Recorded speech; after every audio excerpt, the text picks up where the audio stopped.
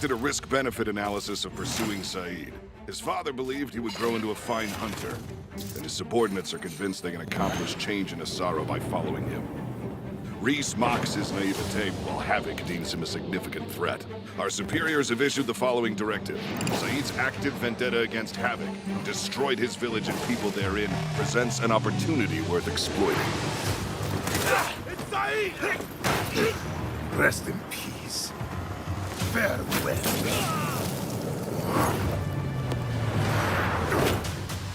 The hunt has begun.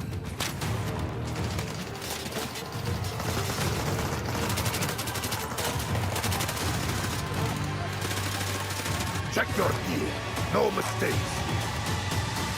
Crush them. Got it, boss! On the way! Cover me.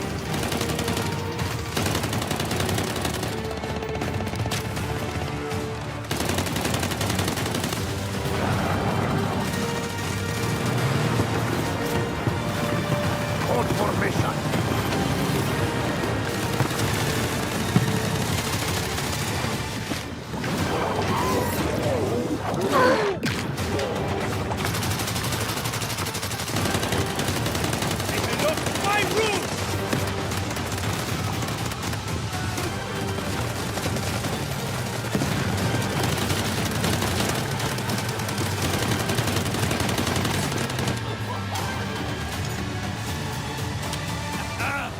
Nice moves, boss! Enough chatter.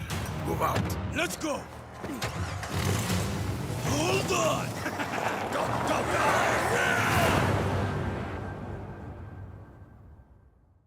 Operators, welcome. We all know that on high-stakes operations maps, the biggest threat isn't always tactical, but those unseen enemies who undermine fair play, the cheaters. That's why our security team is building a defense matrix from the ground up. Our primary weapon, Anti-Cheat Expert, or ACE. ACE isn't some rookie on the anti-cheat arena. With 20 years of experience on the digital front lines, spanning both PC and mobile platforms, it stands as one of the gaming industry's leading providers of security solutions worldwide. As for specific measures, we've also rolled out the new DMA Shield solution. Think of it as installing a biometric-enabled barrier for your computer that keeps the vast majority of hardware cheats locked out of the game. Some of you may have seen the DMA Shield not enabled prompt when launching the game. Don't worry. This doesn't mean your account is suspended, it's simply the system reminding you, we need you to manually activate your computer's defense shield. Now, follow along with this video guide. In just 3 minutes, you can easily deploy DMA Shield and secure your gameplay. First, we need to confirm your computer's motherboard manufacturer. This step is crucial. Press Windows key plus R, type msinfo32, and hit enter. Here, you can check your motherboard manufacturer, which will tell you how to access the BIOS. Restart your computer. When the screen lights up, but before Windows loads, tap repeatedly or hold the corresponding boot key to enter the BIOS. Most computers use Delete or F2, but please refer to your motherboard manufacturer's instructions for the exact key and steps. Once in the BIOS, we need to track down the crucial VTD or IOMMU settings. If you've got an Intel processor, find VTD in the Advanced or System Agent menu and turn it on. If you've got an AMD processor, locate the IOMMU option and set it to Enabled. This is the critical switch for blocking hardware cheats. Note that BIOS menu vary by manufacturer. If you cannot find the relevant switch in the suggested paths, contact your motherboard manufacturer for further guidance. Congratulations, you've successfully set up the DMA Shield. In addition to DMA Shield, you may see error pop-ups related to Secure Boot at TPM 2.0. These are independent security checks. Secure Boot and TPM 2.0 make sure your PC only loads trusted software during startup, which is also essential for our anti-cheat operations. Let's configure them correctly now.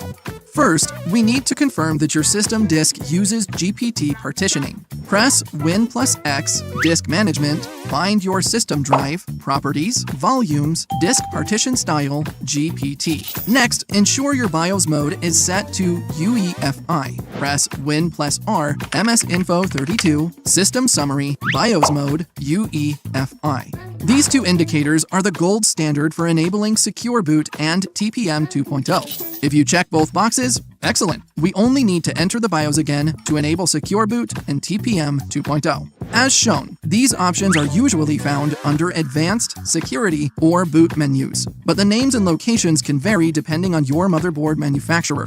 Locate Secure Boot and set it to Enable. Then find TPM and turn it on. If your device allows version selection, choose 2.0. Congratulations! With DMA Shield, Secure Boot, and TPM 2.0 fully deployed, your computer is now equipped with a top-tier defense system. From here on out, you'll run into fewer cheaters and have a combat experience where skill truly decides the outcome. If you hit any snags during setup, reach out to us through the dedicated Discord hardware support channel, in-game customer service, or email. We've got your back. Operators, deploy with confidence.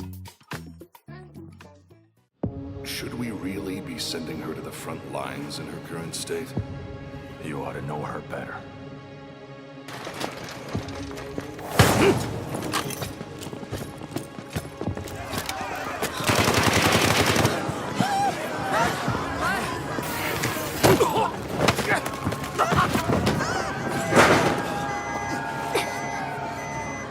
Stop!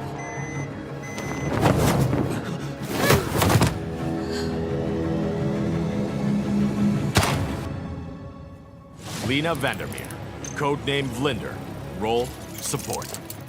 Vlinder is a medical specialist from GTI Europe, specializing in pharmaceutical research, possessing outstanding medical expertise, and a strong sense of responsibility. Vlinder's med drones can be deployed to a targeted area, dispersing med-infused nanobots that restore teammates' health, providing them with an adrenaline boost. They may also be deployed on herself, following and continuously restoring her own health for a limited time. Her windmill smoke grenades are guided by gesture censoring tech. Upon impact with a service, the grenades create a cloud of smoke, creating cover for teammates. Smoke grenade out. Vlinder's Flutter Rescue UAVs will automatically target downed teammates, administer medical injections when deployed. Once the injection is administered, I've got you. Vlinder may approach the downed teammate and manually revive them. During deployment, the UAVs may also utilize their active defense system, It's working. automatically absorbing 1 instance of explosive damage per deployment, and applying a buff effect to Vlinder. Counting on you guys. Vital signs stable. Prepare for rescue. I've got you. It's taking effect. I'm here.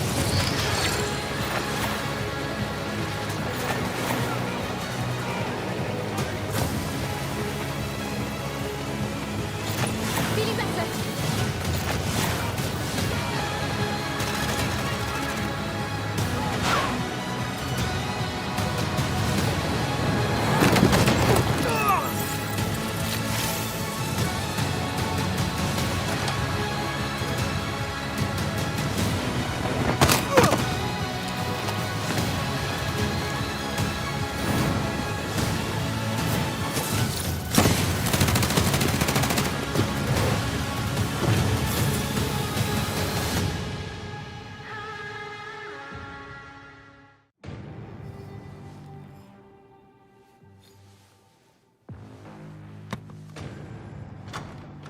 Alonzo, hand it over to the Academy and claim sole credit for the Dark Matter project.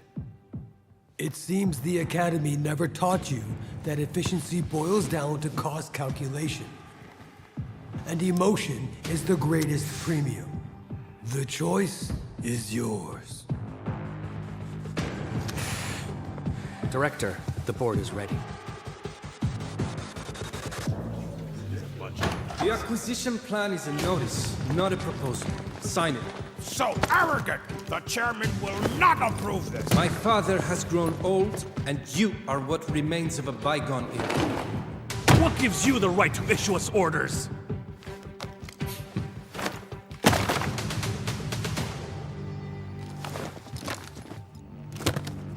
You won't get away with it. The first lesson my father taught me was to make sure everyone sees eye to eye.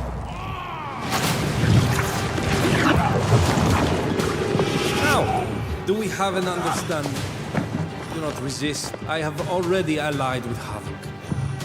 Dark matter is the future. Take them away. Cut the nonsense, Alonso. You overstepped. Overstepped. I'm walking the path you laid out for me. Only now, I'm in charge. You're next, Demonan.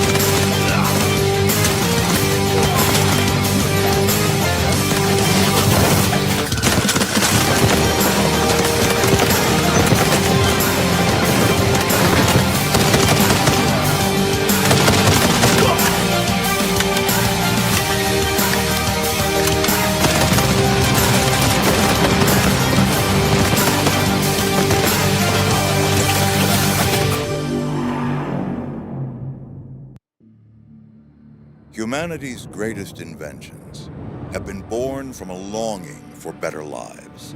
Nuclear power to light our homes, seismic waves to map the Earth's core. Yet we never quite learned how to wield our potential, invariably turning it against ourselves. Whatever the outcome of this battle, we have once again demonstrated this truth to the entire universe. A titanic force wrought by human hands that slipped from our grasp.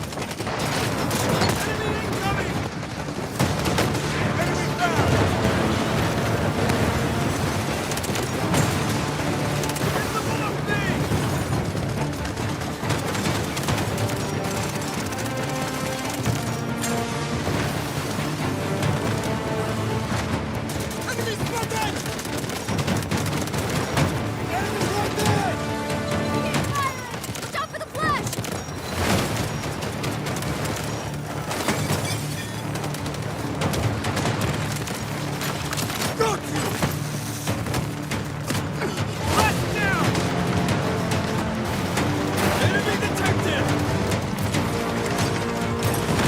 Hold on, I'll be right there.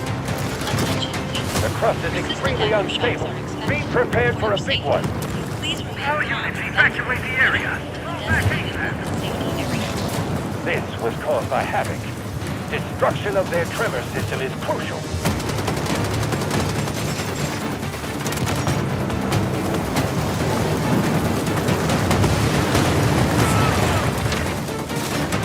All units, defend the key objective.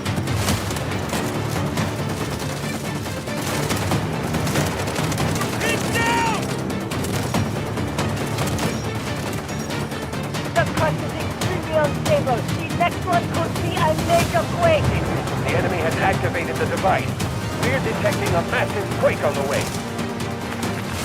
Ma'am, you cannot stay here. The aftershocks are still continuing and the evacuation zone will be closed soon. I only know that my child is buried here. Signal detected. Ma'am, be careful! The earthquake's coming again. My child is still in there.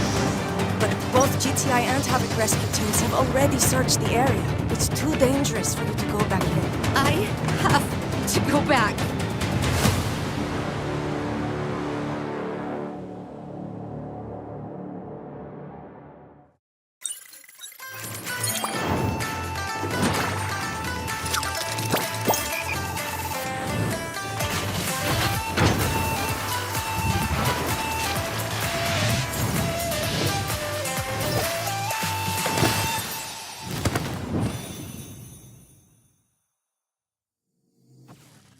Well, good evening or good afternoon, depending on where you are in the world. Welcome into the Delta Force Global League Season 4 North American semifinals. I'm Gojo, I'm going to be your host and caster for today. I am so excited to be back. We just had a banger EU semifinals like a couple hours ago, and we're already back here for North America. I can only expect we're going to see a lot of the same, but I got to bring in a different caster this time around. We got the man, the myth, the legend, Vivid himself, back with me in the booth. Man, it's great to have you back with Delta Force. Oh, absolutely. Love being here alongside you guys. Love being here with the Delta Force gang. Hello, everybody at home. I'm very, very excited to jump into the action over here on NA.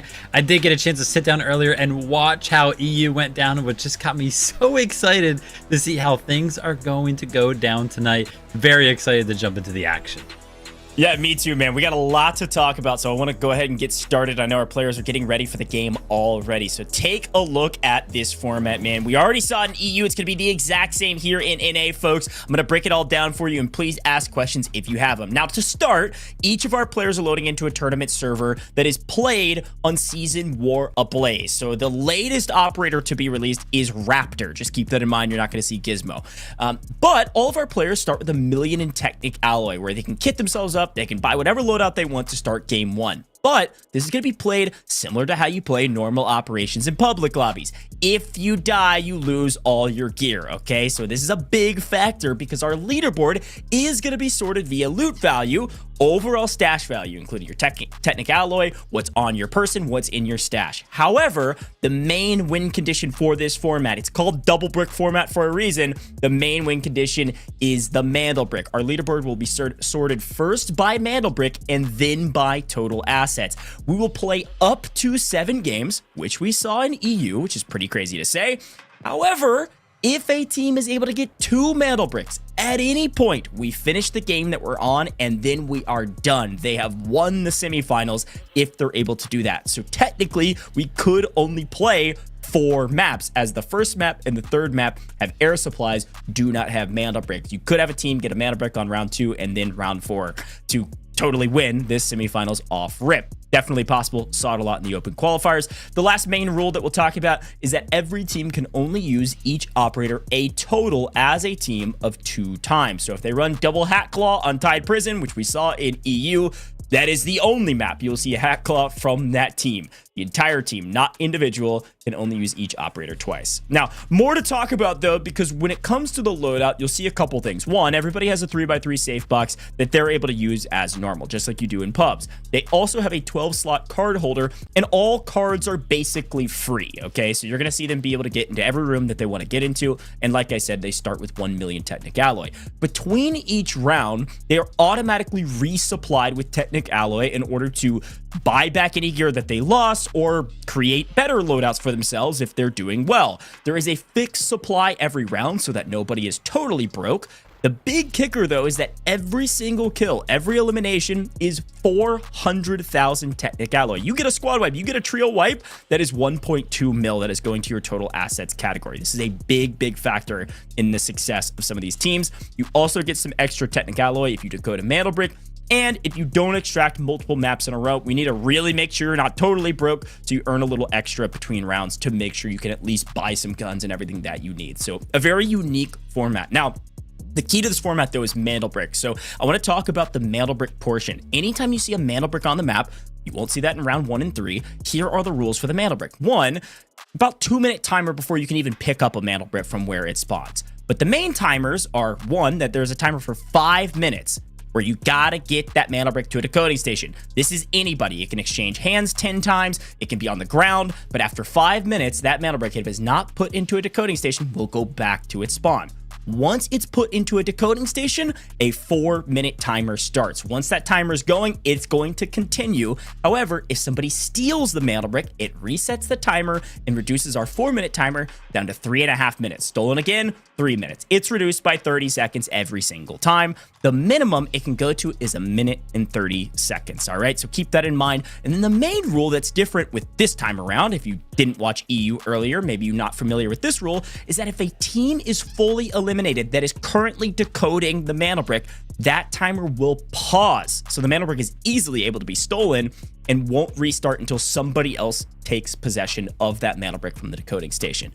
Hopefully all of that makes sense, and if it doesn't, feel free to ask questions. Now, we are on a sizable delay, but I'll get to your questions eventually. So, Vivid, I want to go to you because this is the semifinals, but what are the teams playing for if they make the finals, and how do they get there? Yes, absolutely. So tonight is going to be all about qualifying for Championship Sunday. If you are able to get top 3 in Group A or top 3 in Group B, you will go to Sunday and play again there. On Sunday, these teams we're going to be watching today, if they do qualify, then they will play for this prize pool that you were seeing on screen here. So a total of $10,000 is up for grabs for our teams that are able to jump towards Sunday. First place going to go ahead and secure $4,000. Second place, $3,000. Third place, $1,500, and then 4th through 6th is $500. If you read into that a little bit, just getting top 3 today is kind of like winning money, right? Because if you do make it to Sunday, you are guaranteed at least 6th place because our lobby will be comprised of 6 total teams. So, you know, kind of today you're playing for money, but ultimately you will be competing for it heavily on Sunday. And speaking about teams, Group A, Group B, Vivid, what the heck are you talking about? Who's playing today? Let's go ahead and take a look at some of those teams. Now, jumping out to me immediately, without a doubt, is going to be Team Inc. Right there in the center of your screens, centered up perfectly. This is going to be Inc. This team stands out very, very easily to me because, one, they were actually playing in the China land that happened not too long ago where they were actually able to pick up 2nd place at an international competition. So to see them kind of play here today should be a walk in the park. And you want to talk about a walk in the park, how easy it was for them to walk through the qualifying open stage for them to actually get here. A bunch of our teams qualifying through picking up 2 bricks through that stage as well. I mean, another good team here that I'm seeing go is going to be Chopsticks over there, Muyo, Crisp, Diamond over there. I've run into Muyo a bunch of times in game. Aim is absolutely insane there. Bottom left, you got NL. I know Articuno is one of those names that kind of pops out to me. I always run into him in game as well. And then bottom right, a name that I love to see, maybe not so familiar, doesn't necessarily stand out because, you know, a lot of people in the Delta Force community are used to seeing January. Jan, kind of shortening the name there, that is going to be the same person. So very, very excited to see January competing in one of these as well. Always a good face to kind of see around in these things. Yeah, I totally agree, man. I think that's a great breakdown. All of these teams very talented, and as we're taking a look at some of the open qualifiers, you're right. Some teams maybe had a tough go of it. I would say Chopsticks is one of those, kind of barely skating in here, getting second in their group. But it was mainly because the team that won ended up double bricking, and so they were like, we don't have any bricks. Still made it here just based on loot value, so they were doing pretty well. I would say Group A is a bit of the group of death. We did a fair snake seating across the board. This group is star-studded. There are some heavy hitters here, and like you said, a 2nd place team globally is crazy, especially with a very similar roster. Too Easy working with this roster in the past, but they of course have replaced Baby B with Too Easy as a mainstay. Grimmy as the sub from before, rather, being the now mainstay 3rd for this roster. So a lot of back and forth for the rosters, but fun to look at. We got to take a look at Group B though. Some heavy hitting rosters here as well. Some names that maybe some folks at home may not be too familiar with. However, there is one group and one team that crushed the competition in their open quals that I think some folks will be very familiar with. Equal Plays, Hodsick, and Nowhere for team. I'm calling them Syrup. I assume that's what it stands for. Syrup is definitely my roster to watch in Group B. This team has been around the block. This team, as an entire 3, you know, not necessarily playing together, but just in general, have been playing Delta Force basically since inception. I remember casting over Equal Plays and Nowhere in the alpha in some of our early show match we've been doing years ago now, which is crazy to say. And then Hodsick, if you don't know who Hodsick is, has a competitive background in some other titles and has come over to Delta Force and been playing a ton of hours on this game. I really like this roster, and they crushed it in the open quals as well. Taking a look back on what they were able to do, there ended up being 3rd seed overall, which you're like, oh, that's pretty good. No, they got 2 bricks and they had almost 40 million in total assets, absolutely crushing their lobby. And so, yeah, this wasn't really all that close, frankly. They got a brick in 4 rounds, as did some of our other top teams. It just so happens that there were 3 teams that had over 38 million and winning in 4 rounds. So that's the only reason that they weren't seeded first. That's my roster to watch. There are some other good rosters here as well for Group B. I definitely will keep my eyes out for Smile. I really like this BM roster. I think they're a talented squad as well. And we've seen BTH Esports been in and out of some conversations for a good team. I think it really just comes down to how consistent they can be today. If they come out swinging, definitely a roster that could take a win here, and pretty likely you could see them in the finals. But it's really anybody's game in Group B as well. I think both of these rounds are going to be very close, and who knows, we could see a Game 7 in either of them. But walk me through our map rotation here, Vivid. How are we starting? How are we finishing? Gonna be starting a competition with the classic. We gotta go to Zero Dam first, right? Give our teams an opportunity to go ahead and build up the banks before we even jump into a map that has a mana break. There's gonna be no mana break in game number 1 or in game number 3. So effectively, both of those games are gonna be these types of rounds where teams are gonna go in with not that, heavy hitting gear. They're probably gonna, have some blue armor, some purple bullets, some purple armor and stuff like that, because they're gonna try to loot up, right? They're gonna try to get those supply drops and extract with as much Technic alloy as they possibly can. Why do they want to do that? Because they want to go into games 2, 4, 5, 6, and 7 if need be with gold loot, gold armor, all of that stuff. Game number 2 is going to feature the map Brakkesh. That's going to be the first time we are going to see a Mandlebrick tonight. And then the second time will, of course, be on Space City. We're going to be riding Space City out for the rest of the night until Game 7, which is this cool little new caveat. I love this, where if we make it to Game 7, the team in last place actually gets the opportunity to go ahead and select the map that they would prefer. The only little thing there is that they cannot select Zero Dam. So it's going to have to be Brakkesh, Tide Prison, or Space City if we do make it to a Game 7. Yeah, I love that breakdown. We certainly could end on the very first Space City map. We saw that happen often in the open quals. But if you watch the EU semis, you know it can go to Game 7, and it did in Group B of the semis. It went to Game 6 in Group A. Crazy, crazy stuff. But we got a little bit more to talk about. The game's almost ready, folks. We're going to be hopping into Zero Dam shortly. One of the things we got to talk about is just the open quals in general here, Vivid. Looking back on the open quals, I shared this in the EU semis. There was not one single lobby. We had a total of 14 lobbies, by the way. 14 lobbies, 7 lobbies of open qualifier teams in EU, 7 qualifier teams, or 7 lobbies of qualifier teams in NA. None of those lobbies went to Game 7. It was a lot of stomps from some of the best teams that are playing today.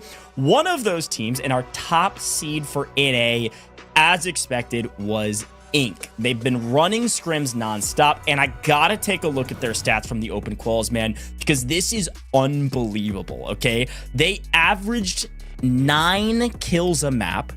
They averaged over 10.7 mil per map. They had 36 total kills and 43 million in total assets. They played 4 maps. They double bricked.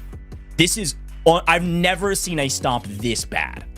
I mean, this is awesome, right? This type of stat line, I would love to get in like pubs. If I were able to play 4 games and me and my team collectively were able to walk out with 40 plus million, right? Effectively giving that 10 plus mil a raid, 9 kills a raid. Like, that would be awesome, right? That would be awesome in pubs. These guys are doing it in a competition where people are trying to win. We're trying to compete for money here, right? That just kind of hopefully speaks to how good of a performance they really had in those open qualifiers. Absolutely incredible stuff. I can't wait to see what they can do when, we jump into this lobby, which is definitely going to be a little bit more stacked than, of course, those open qualifiers. Yeah, ridiculous stuff. I totally agree. Obviously, they were the favorite going through open quals. They performed, but that's just showing a little bit of their efficacy on the map. They've practiced a lot of this tournament scrim server, so it makes sense that they're doing very well. Now, a new graphic for us. We show this in EU. In the open qualifiers, this was the meta. These were the highest picked operators for Zero Dam to start things off. Vivid, what do you think about these pick rates?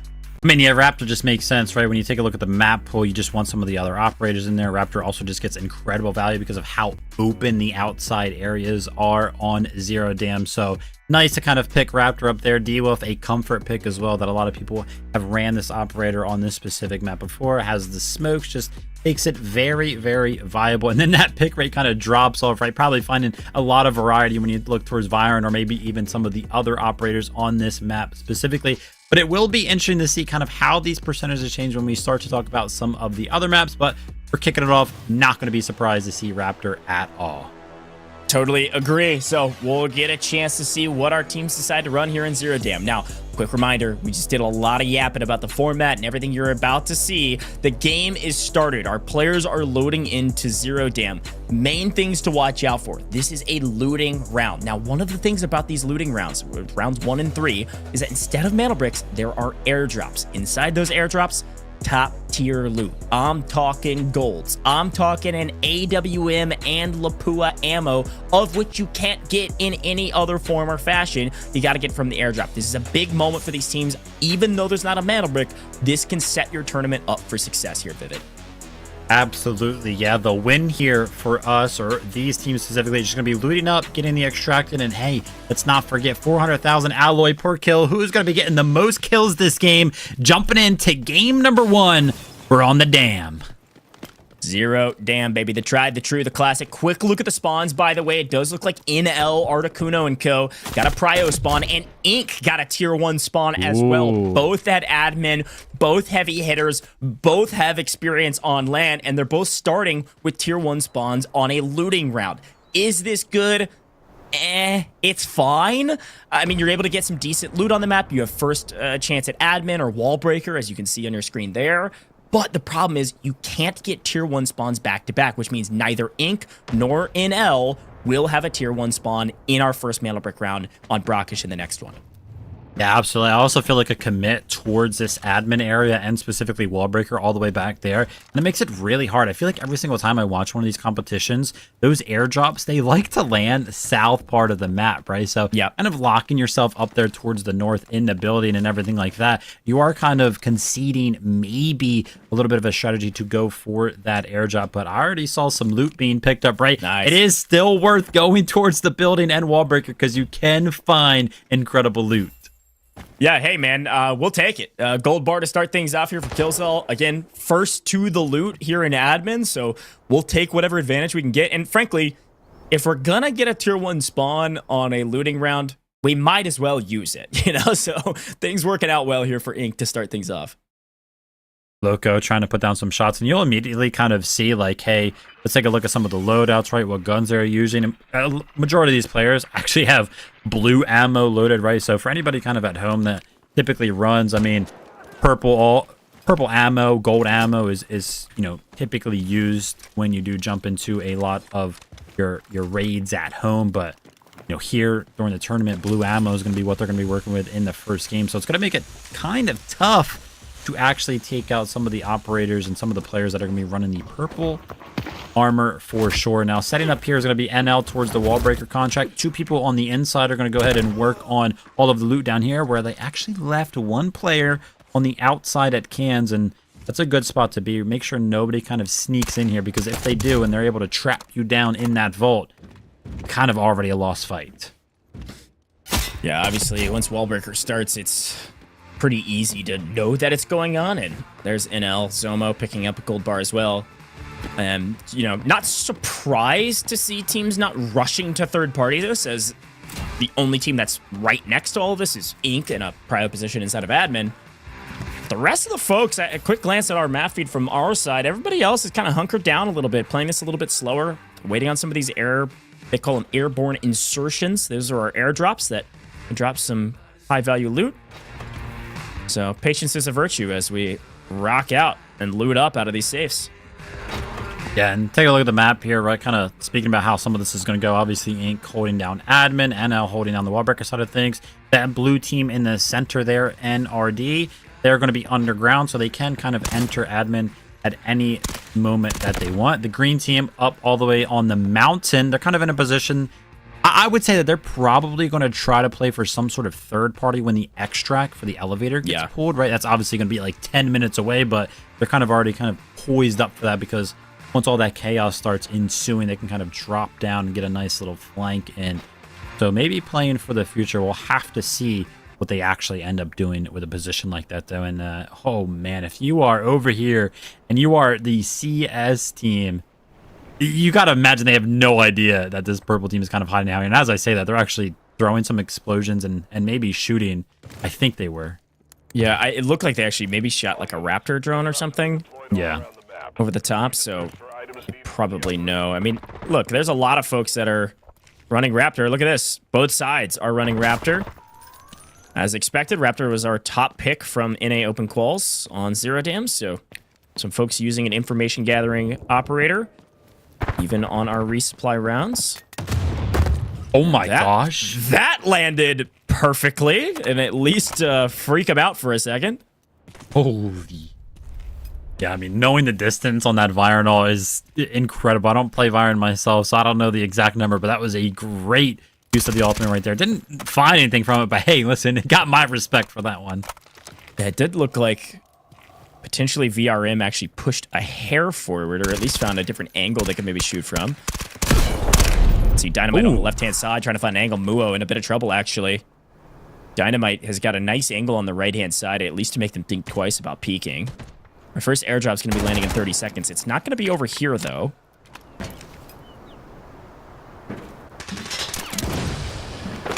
I mean, this is just scary, right? It's super, super hard to fight in this area. Kind of stalemates a lot in a lot of the matches because there's just so many of those little spots where you can get up, you know, propped up on a rock and only your head is exposed, right? So super hard to kind of find any trades here, and you can kind of rotate around.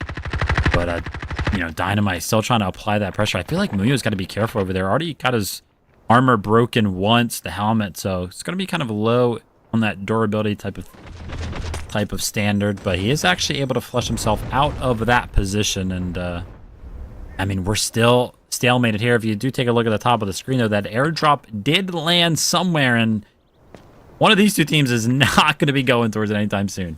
Yeah, here's a look at it. It's going to be MM first to the airdrop, and the only to the airdrop. This is where it lands every single time, and this is where you can get some tier 5 gear, which is nice. Even an ICD, not bad. Hey, we take... Okay. Ooh, we take what we can get. Second airdrop will be the AWM and its ammo, but there's a solid, like, 1 mil pull, probably, with everything included, at least.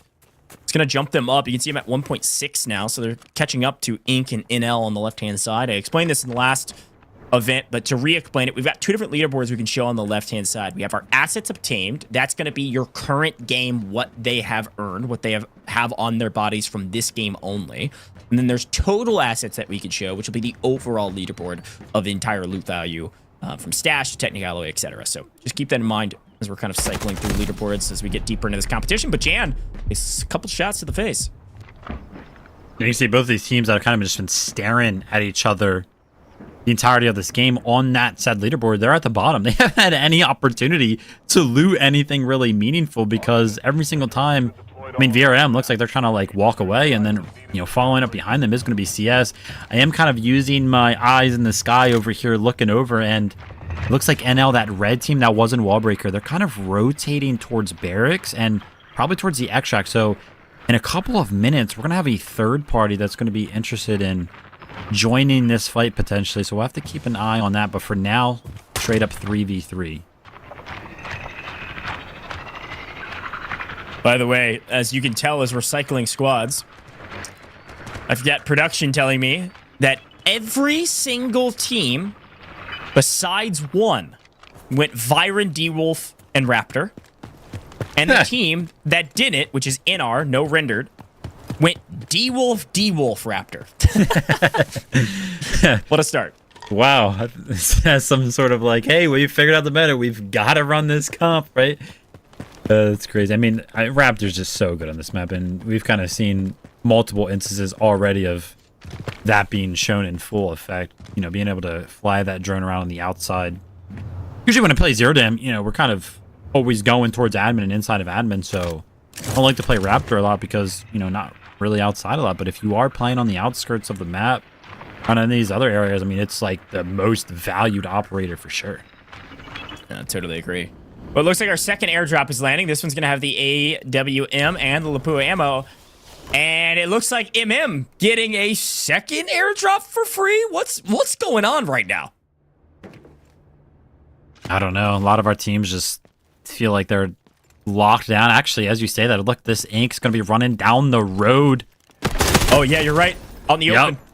Miami is going to get wind of that now. Is going to try to lay down some shots, but that 5x on a, you know, not a very well-attached gun, those shots are going to be hard to land. So we're going to have Ink here trying to push towards this airdrop and secure that But as we were kind of already talking about it, right, we saw CS, they've rotated out. They were kind of coming this way as well. You can see them off in the distance right on the left-hand side. They're actually walking up towards mini substation right now, and Skies is maybe aware of this. Crisp!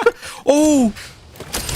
Muyo from behind actually gets that knock.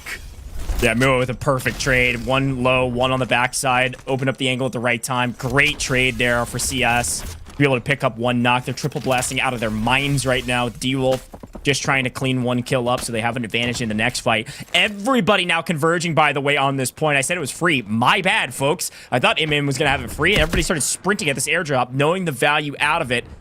MM in a little bit of trouble. CS now getting pinched on the backside, getting a taste of their own medicine. This is going to be Champion finding an angle and just about able to knock. There's no way he can't see the tip of his head. There it is. Finally gets the knock there on CS. They are in deep trouble now with VRM in a pretty powerful position. But Ink is on the airdrop. They have the ammo. AWM probably in hand. Ink could run away right now. Get out with the ammo. Get out with the AWM and not have to worry about the fights. Yeah, now MM with a full reset, right? They were actually able to pick up that res, but Arena not going to be coming in from Ink. They're going to be landing the D-Wolf grenade. So now after securing the ARM, they're going to want to get into this fight. And look at this. You want to talk about a taste of their own medicine? CS got flanked by VRM. Now VRM got knocked in the back by NL. A team that could have went and extracted, by the way. They've actually opted to run towards this airdrop and pick up some of the kills. 400,000 Technic Alloy is worth every single one of these kills. So going for them is effectively like finding a red. Definitely worth it. Couple of trades in the feed. Everything's going absolutely crazy. Like you mentioned, Goad, so many teams kind of converging on this one area. Welcome to North America, folks. Holy cow. Talk about a change of pace. Nobody afraid of a fight right now. The fact that Ink even came down and addressed this is surprising to me. But not surprising when you look at their stats, I suppose, from the open quals. Ridiculous stuff. A lot of kills. MM has fully regained, frankly, because of the help from NL, who's going to try to come in and maybe get the cleanup on them as well. But NL causing so much trouble on the backside. CS fully eliminated from this lobby. MM was able to get the revive that they were waiting on. Take a look at the airdrop and say, oh, this has already been looted, man. This isn't even worth our time. We got to keep moving. They already got one airdrop, though. Remember that. And so you can see on the left-hand side that MM's at 1.3 mil. That's about all they've looted was that first airdrop. But, hey, we take anything at this point. I can't believe after all of that, we only lost, one full squad and then one other member of another squad. That's going to be VRM, and everybody else is still a healthy squad. So a lot of extracting to still do. As you can see on the map right there, that was going to be NRD. They were going to be pulling that switch elevator towards that admin area to go ahead and try to extract. And that's going to be the only way out unless some of our other teams are able to go ahead and take backpack or the weighted restricted extract up on top of the mountains over there. And now they were going to be waiting in the bushes behind cover, waiting for MM to go ahead and join the fight. But a trade comes out. Sky, great job there. But another trade on the side of Zomo. He's going to go ahead and find that knock. And now Loco's interested in getting aggressive on the Viren, but instead decides to go ahead, settle down, and wait for the res to kind of come out. So that way this is a 3v1 instead of a 2v1. A little bit of a waiting game now for Loco, who's just going to be trying to hold off Skies. Can Skies make something happen right now? The Virenol, it's going to bounce bad off of the rocks, and it's not going to land properly. And as a result, Skies is like, yeah, listen, I don't think there's any way I can go ahead and win this. Can I maybe get out? Yeah, I was wondering with the Virenol, if he lands that, does he push it or is he using that as an escape route? I don't know, but either way, NL is back on their feet, all three up, repairing everything, actually going to loot some bodies over there as well to make sure that they get the dog tags of the rest of MM.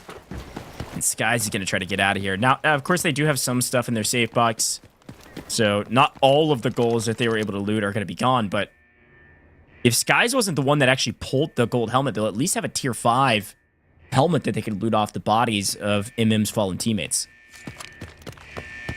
And quick reminder for everybody at home, the competitive side of things on Zero Dam, you can't take those normal extracts that everybody is kind of used to taking on the east and west side. It's all about the elevator and the 2 single restricted extracts, which is why there's always a big fight here at the end of these raids for this elevator, because this is essentially your only way out if you want to you know, kind of get out with any sort of substantial loot. And for Ink's team right now, they're just thinking about, hey, listen, we've got to extract with this because it would be so valuable to take into one of those maps that features a Mandlebrick. Yeah, and you can see actually the timers, obviously our game timer, 3 minutes, 7 seconds and counting. On the top left next to the mini map, that 45-second timer, that's when the dam extraction is going to go off. So Ink is instead of playing front to back here, going through this tunnel into a pinch that I frankly don't think is very easy to win against a team that's already hunkered down on the extract, they're going to elect to try to go around with wall breaker pulled. So NL instead is just going to run at this because I don't think they have time. 20 seconds on the clock. And as they try to go through the vents, obviously people know that this is going to happen. But on the other side, Zomo's actually finding Jan off screen. It's utter chaos on screen and off screen. Triple blaster and more. Oh my gosh. Lands. What? Easy gets a double.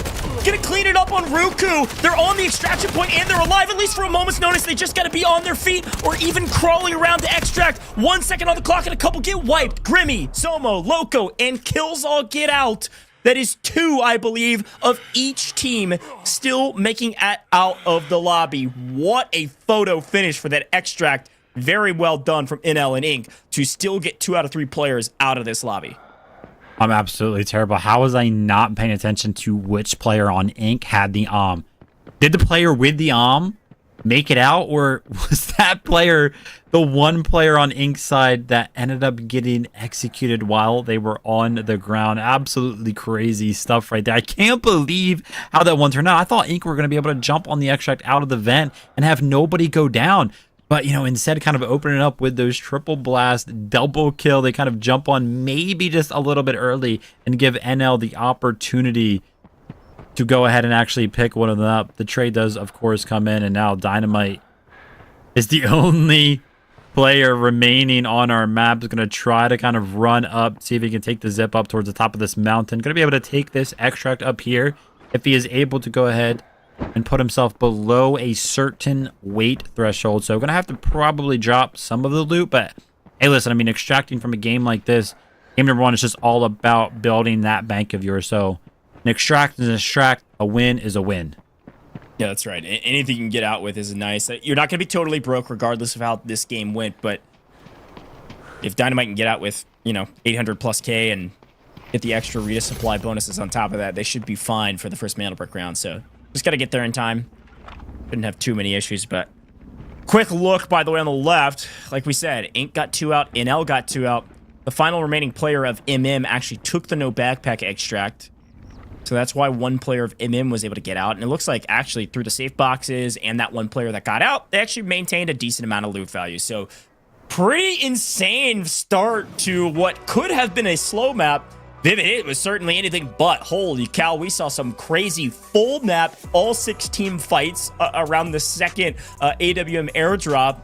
And then it was chaos around the extraction point as well. I mean, we pretty much went around the entirety of Zero Dam and had to fight every single place possible, right over towards construction. We kind of started out there, go over towards mini substation, fight over there, and then all the way to admin and that elevator X shot, which of course we're very, very used to in that regard. But the map was just constant action going on, man. NA so far is absolutely delivering, and it's only game number 1. I know, man. And I'm really excited to look back on some of these replays, too, because there were some chaotic moments that a second look at will certainly be helpful for our eyes as we go forward. Because, again, like you said, I'm pretty positive Ink was able to get out with the AWM. If I remember correctly, it was Killzall that actually had it. Let's look back on the replays, though, and triple confirm. As we look at the replays on this map, though, we got to start at the beginning of the map. We had our 2 tier 1 spawns, NL and Ink. NL elected to go for Wall Breaker. Ink elected to raid all the way through all of admin and pick up every piece of loot that they can. While on the offside, outside of Cement, we had VRM and CS taking a look at each other and saying, I don't know how we're actually going to fight each other out here. Yeah, crazy that fight did not end there. It ended up pretty much all the way on the other side of the map. MM thought they were going to early get 2 free supply drops, but the second one definitely ended up being contested. They didn't make out bad though, right? Securing that first one and then being able to get 1 player extracted. While all this chaos was going on, right? MM fighting, CS fighting, VRM fighting, the NL flank. Ink, they kind of just walked up to the airdrop. They picked up the and that's what they wanted to go ahead and extract with. And, you know, we talked about it all the time, just action throughout.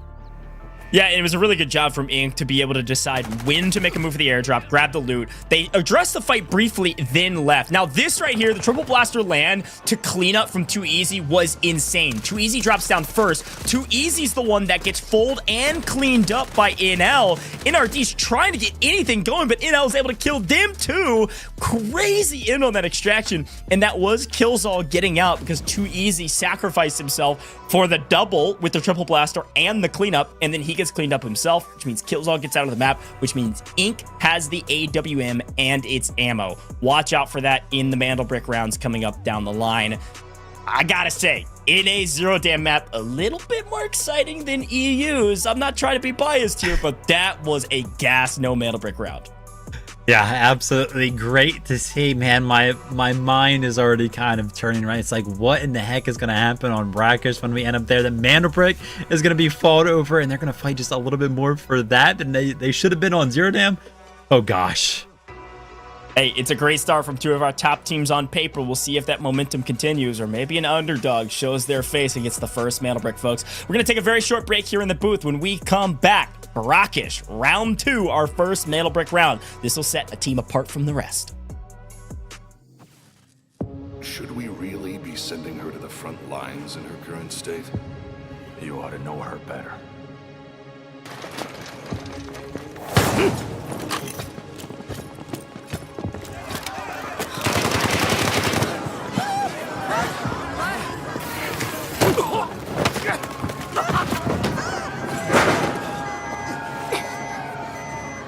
Stop!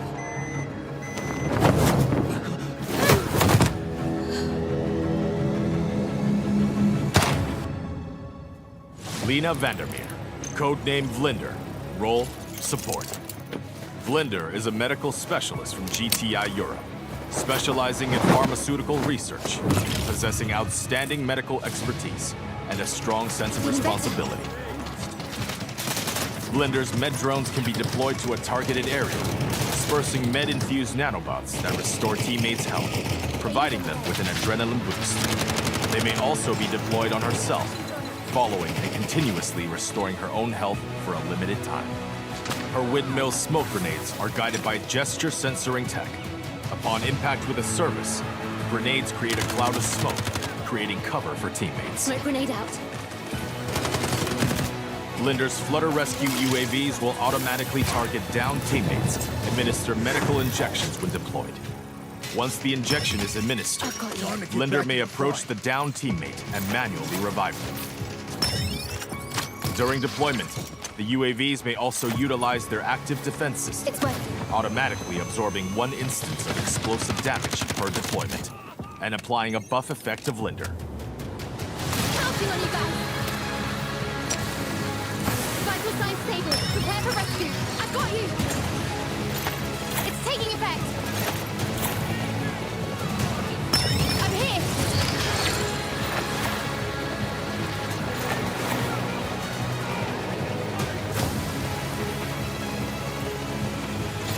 Feeling better.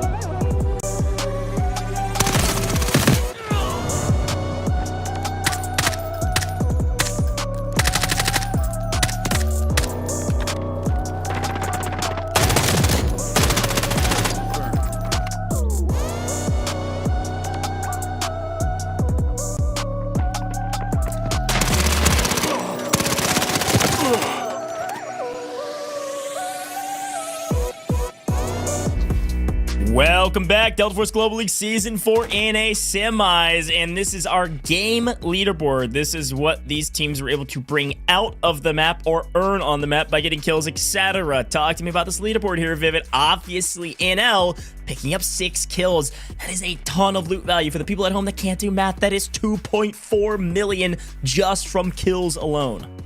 Yeah, I mean, we saw how aggressive they were, right? And kind of just flipped a switch at one point on the map, because remember, this was the team that went for the wall breaker. They were kind of passive, looking like they were going to kind of prioritize looting and maybe go towards the extract early on, try to hold it. But no, they literally wrapped all the way around the map, made sure they were kind of involved in that, you know, the center of the map fight over the airdrop, and then they made it all the way over to the extract, got a couple of members out there. So just a continuous amount of aggression from the NL team is why they're sitting on top of the leaderboard right now. And listen, you got to imagine, Goes, right? Going into the next game, they've got to be the most geared team. Yeah, I totally agree. They've got to be the most geared. They're probably bringing in the most loot into the first Mandlebrick round, which is obviously going to be a nice value add for playing for the Mandlebrick. Any advantage you can afford yourself to get the first Mandlebrick gives you so much power in this tournament. So watch out for that. We'll take a look at their loadouts as we get into the next round as well. Let's take a look at the overall, though. Again, everybody starts with $1 million per player. That's 3 million. So you should see the totals mimic that for the most part. But let's take a look at it, and you can see that is perfectly mimicked. Hey, guess what? Everything's working. No rendered, non-rendered picked up 90k. They're at 3,090,000, and so on and so forth. So NL's pushed all the way up to 8 million, which is huge, and Inc not too far behind, about 900k, 800k behind NL. So both of those two teams with a nice sizable advantage. The one advantage that's not spoken for on this leaderboard, Inc has the AWM. Do they bring it out in Brakkesh? Do you wait to use it on Space City? Vivid, if it was you, what would be the play? Yeah, I feel like you've got to bring it in the Space City. I just feel like there's a lot more like linear angles on Space City that you can kind of hold, and there's a little bit of an outside area. Yeah, there's a lot of outside area with Brakkesh too, but I mean, a lot of the Mandlebrick locations, I feel like they're just so close quarters that they could be kind of limited, right? And you don't want to just bring it out like right after you just got it. Like somebody is thinking about it, like, oh my gosh, man, they just got an they could bring it in.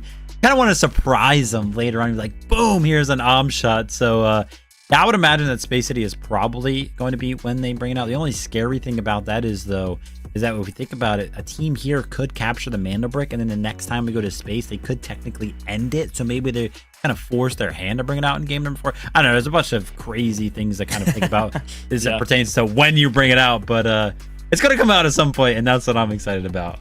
I love it. I totally agree. Let's take a look at the operators. We already kind of talked about them.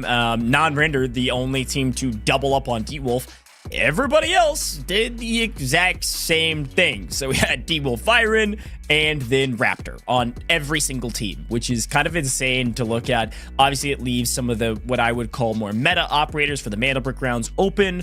You might see a Tempest on Brakkesh here. You will certainly see Tempest often on the Mandlebrick rounds in Space City. But yeah, anything else stand out about this list here, Vivid? Or maybe what can we expect for Brakkesh? Yeah, Brakkesh is one of those maps where it kind of seems like some of our teams, you know, kind of let it slide through. They like to save some of their comfort picks for Space City. I know, you know, none of our teams really ever bring out Luna on Brakkesh because just of how valuable, you know, Luna is towards Space City. I'm sure Hacklow is going to be used on Tide Prison. Maybe some Aluru's on Brakkesh. I know we're kind of, you know, whenever we get to those Mandlebrick rounds as well, usually Stinger or Toxic is going to be finding themselves onto at least one, or, you know, using at least one of those operators for each one of the Mandlebrick rounds, because there is essentially 4, could be 5 Mandlebrick rounds if we go all the way to distance. But making sure you have an operator on your team that can get those reses off super fast, that being Stinger and Toxic, is just super good for a map where you're going to be fighting probably the whole time. Yeah, that's a really good shout. Let's take a look at that map rotation, by the way. If you're maybe just tuning in and missed it at the top of the show, we are headed to Brakkesh, and it is our first Mandlebrick round. We will then go to Tide Prison, new in our map rotation for this season, which will be fun to see for our last non-Mandlebrick round. And then everything else is going to be Mandlebricks all the way until this tournament is over, and it'll be Space City at least to Game 6. Game 7 a little bit different, but Brakkesh is next. Let's take a look at the spawns. You heard us talking a little bit about spawns, and this is what you can see on on the left-hand side what we just saw. So the T1, Tier 1 spawns are going to be NL and Ink from that last round. They have obviously a priority spawn. I mean, just looking at the map, you can tell why. Admin, closest spot to Ink and NL. They got a lot of value from that to be able to do wall breaker as well as just loot admin. Funny enough, those are the top 2 teams in that first round. However, Vivid, as we take a look at the prediction of where people can spawn, our only rule for spawns is that you can't go back-to-back T1 spawns, which means you will not see NL or Ink in Tier 1 spawns on our first Mandlebrick round.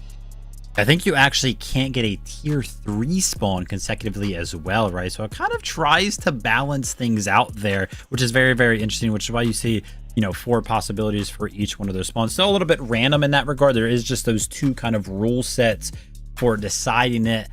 But I mean, yeah, it goes Brakkesh, man. I'm getting excited. Yeah, it's going to be a lot of fun. Let's take a look at the operators that were chosen, by the way, in this round in the open quals, all right? Uluru, Toxic, Raptor, you're right on the nose there, Vivid, and namely about Toxic, right? I think a lot of folks are saving Stinger because of the amount of value you can get from the smokes that Stinger uses on Space City, so we oftentimes see a lot of Toxic here on Brakkesh. Yeah, it just makes sense, right? I mean, Toxic is just so good. You're kind of close to your teammates a lot of the time, so also, you know, making full use out of that buff as well. Very, very cool to see Uluru as well. I mean, the mollies that this guy can throw out. God, if there's any piece of util in the game that just makes me I just hate it so much. It's going to be those mollies. It's just so good at locking down an area. And if you think about Brakkesh, you think about the Mandlebrick spots where they actually have to decode. There's just a ton of choke points. So the Molotov is just so good to go ahead and throw towards this Brakkesh map. Well, as we hop into Brakkesh and we get into the mix, I want to remind everybody that yeah, we had open quals. We're talking about all the stats from them, and you could have been involved. But to be involved, you got to be playing the game. And if esports isn't going to convince you to play the game, I don't know what will. This has been heavy-hitting action. It's been so much fun to watch. You can download Delta Force wherever you can find it, which is quite literally everywhere. You want to play mobile? Got it. You want to play on console? Done. You got it. You want to play on Steam? Fantastic. Epic Game Store? Why not? We got it all here with Delta Force, and it's all free to play. So go download the game right now, and maybe we'll see you on an esports level here in the future. I'm sure there's a lot more coming for Delta Force you're not going to want to miss. But for now, we head to Brakkesh on our very first Mandlebrick round. Let's get into it, folks. Let's take a look at the spawns, and it's looking like CS and NRD pick up a T1 spawns. Our Mandlebrick's going to spawn just outside in the courtyard outside of Museum, so CS and NRD could be first to the brick if they go for it. Yeah, absolutely. They're definitely going to want to be. Now, typically, we kind of see this play out 2 different types of ways. Usually, a team that spawned on the right side of Museum, they like to kind of divert. They don't like to run towards Museum because they feel like that other T1 spawn kind of has so much priority. One thing that I will say is a little bit weird here that I have not personally yet seen is one of these tower teams not going into tower. NL got a tower spawn right outside of the doors. They could have just walked right in, maybe tried to go ahead and loot and take that 3v3, but instead they are actually opting to go towards the center of the map. You got to imagine, Goes, that this is a direct play to go ahead and try to contest that Mandlebrick spawn. Yeah, I think so as well. Something else to note when you're looking at Brakkesh is who gets the Tower of Babel. I was saying this a lot in EU, and it was certainly the case in EU. It'll probably be the case here. The 2 teams that get the Tower of Babel spawn will stay there usually. They might show up late to the party around the Mandlebrick, but there's so much high-value loot in the Tower of Babel, and frankly, it's pretty difficult to get out of the Tower of Babel without getting shot in the back, that the 2 teams that spawn here will oftentimes fight here. Now, you take a look at VRM, that's exactly what they're doing. They're slow walking through the Tower of Babel. Now, what I don't see on the mini-map is where the other team is. Did the other team actually leave? And is VRM going to get the entire Tower of Babel for free? Yeah, that was that team NL that I was kind of talking about, right? They just walked away. They went towards the center of the map. So, but they did kind of open the door, though, which is funny because it kind of makes it look like they're going into the tower. And as you can see here, that NL team, this was a tower spawn team. This is not a direct spawn next to the Mandlebrick. They went ahead and pushed down middle, and now they are the team that is in possession of the Mandlebrick. What a crazy move from them.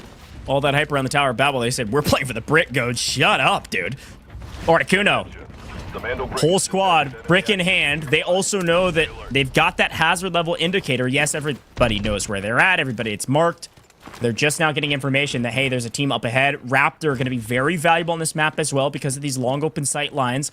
Brakkesh kind of split in two for some of the CQB and then the long sight lines as well. It's kind of hodgepodge mixed mesh of a map. While VRM has... Looks like the Tower of Babel free. Let's see where NL decides to go. They're actually running... Yeah, they dropped it in the middle, and they're running back into the Tower of Babel. I mean, I don't know how much information they have. Maybe they do have a lot because they do have that Raptor. I didn't see them get the information, but I was like, dude, if they go over to that reservoir area and put that Mandlebrick down, I mean, that's like impossible to hold. It's just so open over there. So I was a little bit worried about the play that they were about to make with this Mandlebrick. And yeah, they actually go ahead and ditch it completely. And now they're going into the tower. I'm not sure what the game plan is for them now, but I did get to see why we were kind of looking at their POVs. All gold armor, right? So a big investment from NL here. We saw how well they did on the leaderboard in that last raid through Zero Team. They were the top team that kind of walked out with the most assets, and they immediately invested into match number 2. Maybe they're a little bit scared about putting that Mandlebrick down first, because then they would be under heavy fire, and effectively all of this investment that they make would probably just, you know, kind of be hurt immediately. Just kind of thinking about all the firepower that would instantly start coming their way. And listen, we went from having one team, you know, question mark in tower, to now there's 3 teams and 1 just outside. Yeah, it's an interesting strategy for another reason, too. I think if I'm in L and I spawn near Tower of Babel, I know that there's only one other team that spawns with me. Like, all the teams know the spawns. It's all in the rule book. So if I get to the brick first and bring it down towards us, I at least can split the map in half and know, A, yes, where the brick is, but also B, a team's not going to run over to museum and take it to the camp decoding station in the top right corner of the map, and I got to run the entire map to get there. So they're actually also setting up whoever does pick up the brick for a position where they can maybe take a shot at it if they want to and shoot them in the back who's trying to go for the brick, or just play reset here and stall the map out a little bit.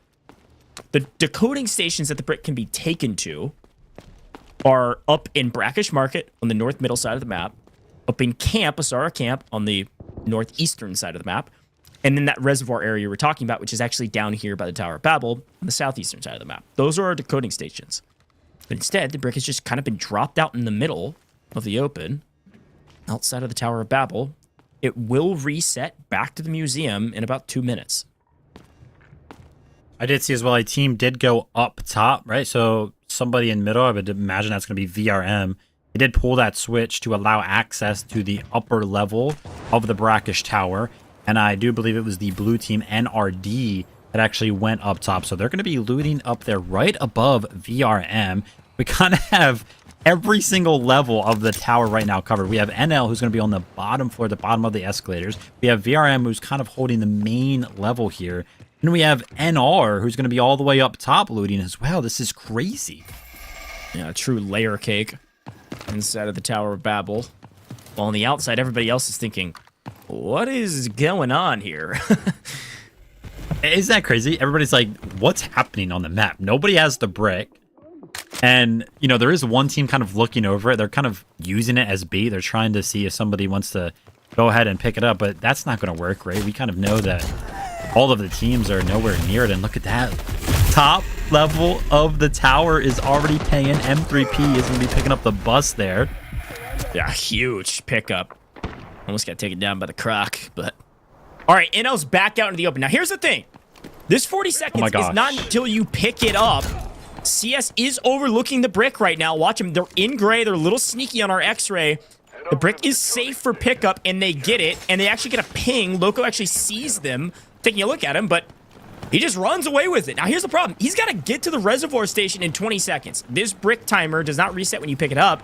It is until you put it into the decoding station. It's going to be pretty close. If they timed this perfectly... Oh, my gosh.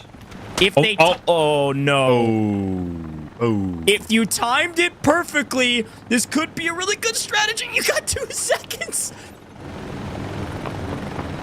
No way. Oh, buddy. That is now the second time, maybe third or fourth time between our 2 shows today that the Mandlebrick has reset. Our Mandlebrick is back at museum, by the way. Got to the decoding station, but it's about 4.5 seconds or so to start the decode. And Ink is just sitting there waiting on it completely alone. Oh my gosh. The Mandlebrick has detected enemy activity. I just had to miss like the last like 40 seconds of the game because my head was just buried into my hand doing a little face palm because I can't even believe they went for that. They sent one player towards the Mandlebrick by him. So, like these two teammates weren't even near him. If there was a team camping it, they just didn't successfully camp it. Somehow he doesn't die for going to go pick up the Mandlebrick again, and then they kind of mistime it. And now look at this. Ink has the decode down 4 minutes until they capture it. And yeah, like Goj mentioned, if you look at the rest of the map, who's going to be able to push this? You have 4 teams that are effectively going to have to come from the same position. There's no way that any of them get an effective push towards this. And then you have MM who, they look like they're just on an absolute tear, a little bit of a chap run, a loot run, if you will, over on the other side of the map. What in the world was that? I mean, look, I didn't hate the strategy from NL. They were just too slow. Yeah. They just made a mistake. It happens. The stress is on. You've got some anxiety about the map. I mean, this is a big moment. You're trying to make it to the finals and getting a brick almost, not 100%, but almost assures that you're going to get there. So, oh, man. Now, okay, so this is the one decoding station I didn't talk about because, frankly, I was not expecting that to happen. You saw MM kind of holding down the Assara camp on the top right-hand side. But on the left here, this is the only kind of western decoding station you can actually use. It's just kind of outside of a hotel. It is one of the closest spots to the original spawn point. So Ink threw it down quickly because they want to make sure there's enough time to be able to play for this brick. But yeah, a lot of teams coming out of, or potentially coming out of Tower of Babel. NL going to be the first to the party. Goj, Ink also, this is huge. Ink went over and picked up the doctor contract as well. Yeah, I saw that. So now they have this, you know, giant group of scavs that's going to be defending the Mandlebrick for them. Oh my gosh. Oh, this is wild. I was not expecting, with the way it started, I was not expecting a map like this. 2 minutes on the clock. NL is definitely interested in going ahead and pushing towards this Mandlebrick. They're kind of poised up for it, but again, all of these teams that are going to be coming from the tower side of things are going to find it nearly impossible to actually make anything happen. As soon as they go ahead and try to rotate towards the Mandlebrick, somebody's going to effectively third-party them. And as I kind of say that, nobody's actually made any progress towards it. I mean, yeah, look at this. VRM, CS, they're kind of trying to look for an angle to push this, but as they approach it, they immediately don't like what they're looking at because the position from Ink is just way too strong. Yeah, I mean, the other thing is, like, obviously, we have all the information, so you could be yelling at CS, you could be yelling at VRM, saying, hurry up, man, you're going to be late. But what they know is that there's 3 other teams, or there were 3 other teams inside of the Tower of Babel, so if they take one wrong angle and get cut down, that could be it. Now, Killsol's already spotted VRM here on the transition over. They've got some smokes, trying to cover their advances. One's pretty weak.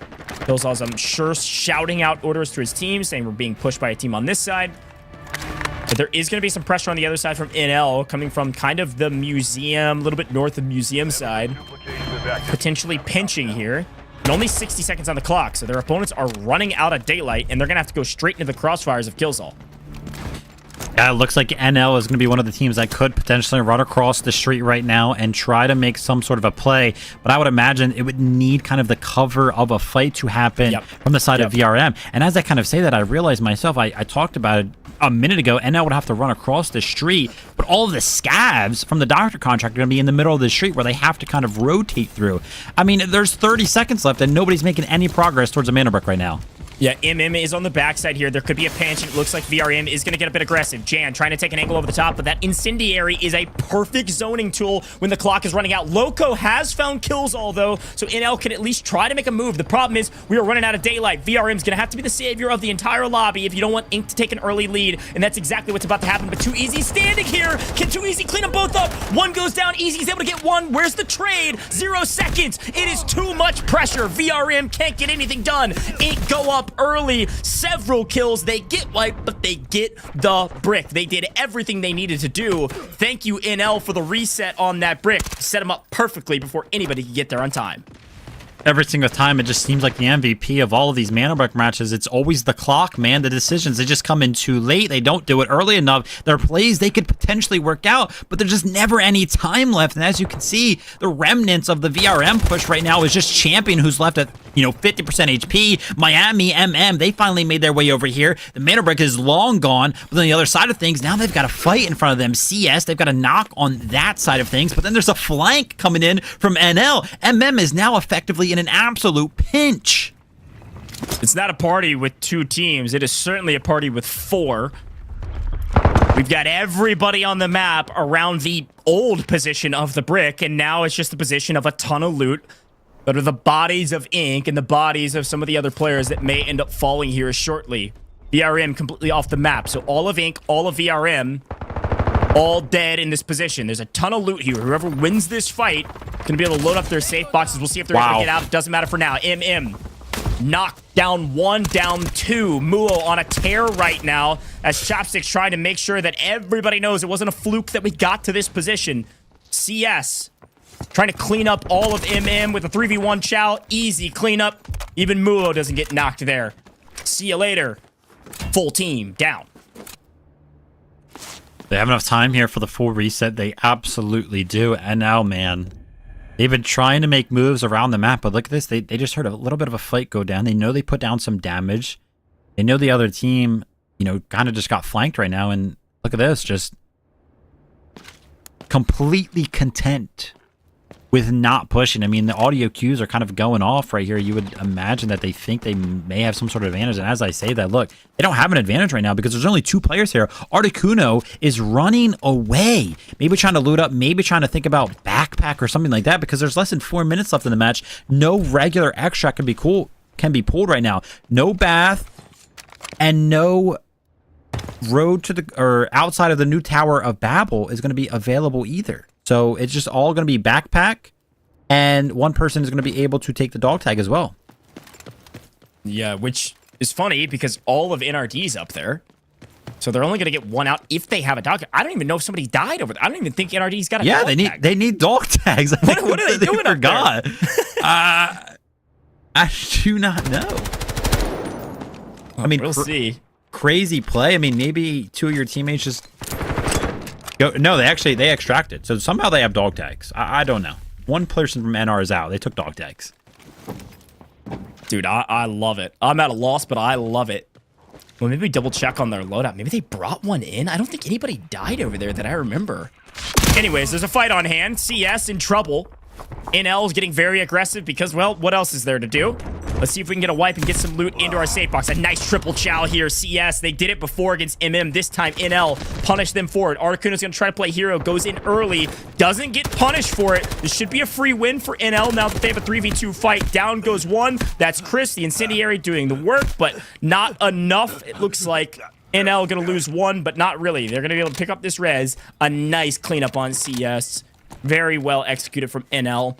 Obviously, it's a late fight, Vivid, but we'll take the wins where you can get them. Because, again, even if you don't get any loot off them, even if you don't extract, just getting kills is 400k apiece. I can't even play that card right now. This is an absolute loss for NL. They pick up a couple of kills. Look at this. Assets attained on the left side, 700k. Every single person on the NL team was full gold and armor. This is an absolute loss for them without a doubt. Yeah, there is still a couple of members left that they could, pick up kills on, but these would be effectively worth 400k each. Maybe another 800k if they're able to find these 2 players that are left from NR, but that is definitely not enough to cover the cost right now. And as you can see, your assets obtained for NR, it's going to be a lot, and with 1 player already getting out for the dog tags, this could be a little bit of a bump for them. And look at this, now one of the players from NL is actually turning tail to go ahead and take that backpack extract finally. But again, I don't care what you get out with. You could have taken a normal extract, and I think this is still a loss. What a wild map.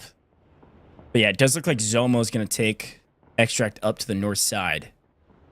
The other 2 players are going to stay. They could go probably around net even based on the amount of kills that they've picked up. But this final fight could close things out. Sounds like a Raptor drone in the skies. Get some information.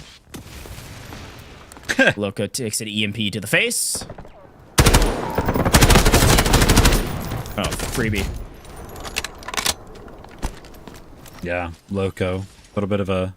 Oh, Loco didn't even get the Articuno. Got that. Gonna be popping the debuff plays right now. Trying to search out this last remaining player. Just hiding, man. Trying to get something to go his way in the last, like, 10 seconds. I mean, hey, listen, this would work good, right? You're in a 2v1. You're not necessarily in an advantageous position to go ahead and find one of these kills, but if you can wait until the last second and sneak around, Articuno is going to be made well aware of it. An absolute disgusting slide coming out from Articuno there at the end. Man, I know a debuff that plays just like that. Shout out to Paul, who's going to be watching this as well. Incredible stuff there. The mechanics on full display to pick that one up. But hey, listen, Goj, that second match was absolutely great, right? Ink walking out with a Mandlebrick, but I'm still worried about those two last remaining players from NL right there. The whole team, man, I feel like the economy is just ruined. I don't know. I don't know if it's as bad as you're making it out to be. I am very excited to see the math because they did pick up, what is that, at 5 kills? That's like 2 mil in total assets just from kills, like, let alone what they got. And then you saw Articuno even have the wherewithal to loot bodies on the ground in the last 4 seconds, pick up 2 dog tags. That's another 300k.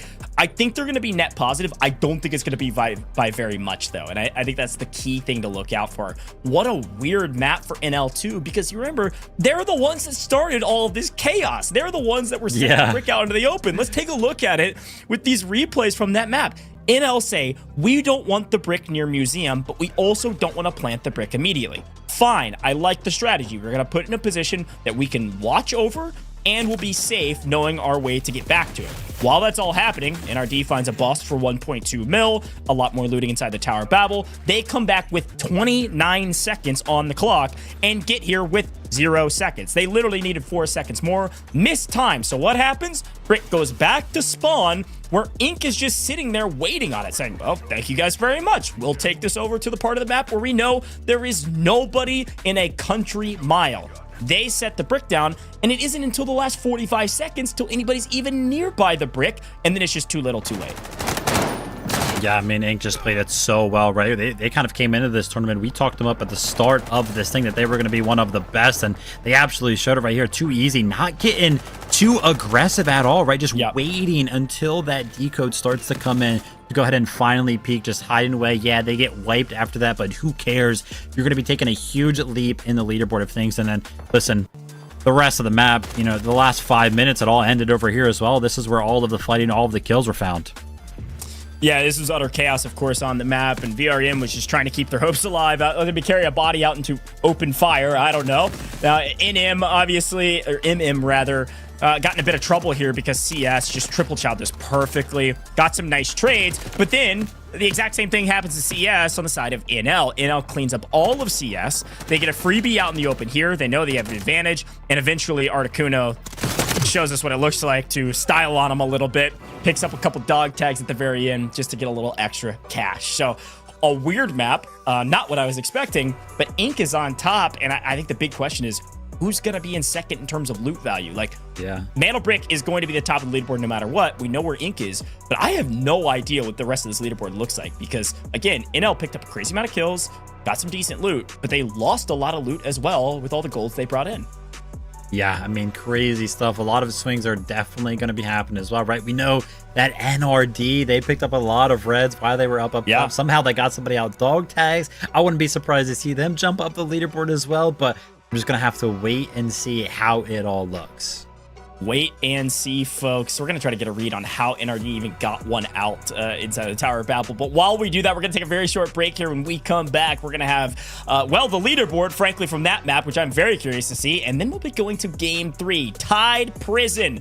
Airdrop round. Maybe another AWM. You're not going to want to miss it.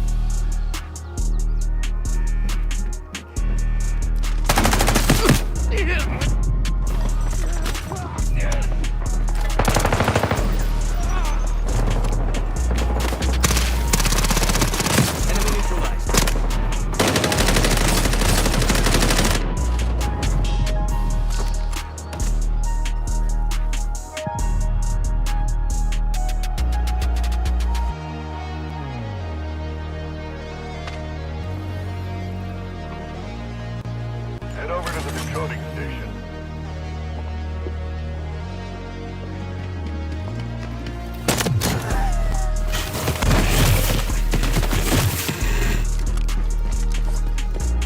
Head over to the coding station. Be careful.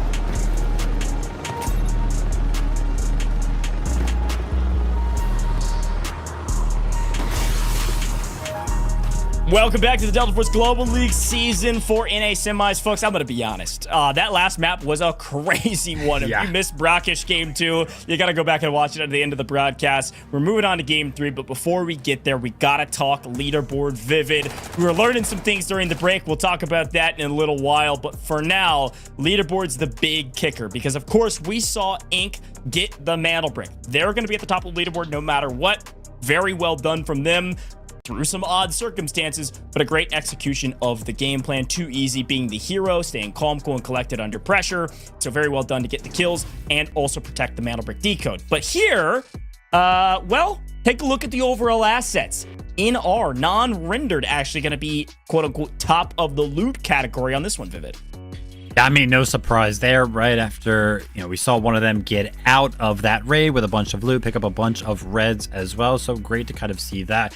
Obviously, we know that the Inc. is going to be at the top of the leaderboard. Our first kind of look at somebody securing a Mandlebrick. So a quick reminder, first win condition is, of course, going to be the most amount of Mandlebrick. So the fact that they are in first place right now is just simply because they have that Mandlebrick. Second is going to be stash value. What everybody is fighting for here today is top 3. So that way they can go to Sunday and play the finals there. But a huge early lead for Inc. because, again, if they are able to pick up 2 Mandlebricks over the course of these games that we're going to be watching today, boom, it's done. They automatically win.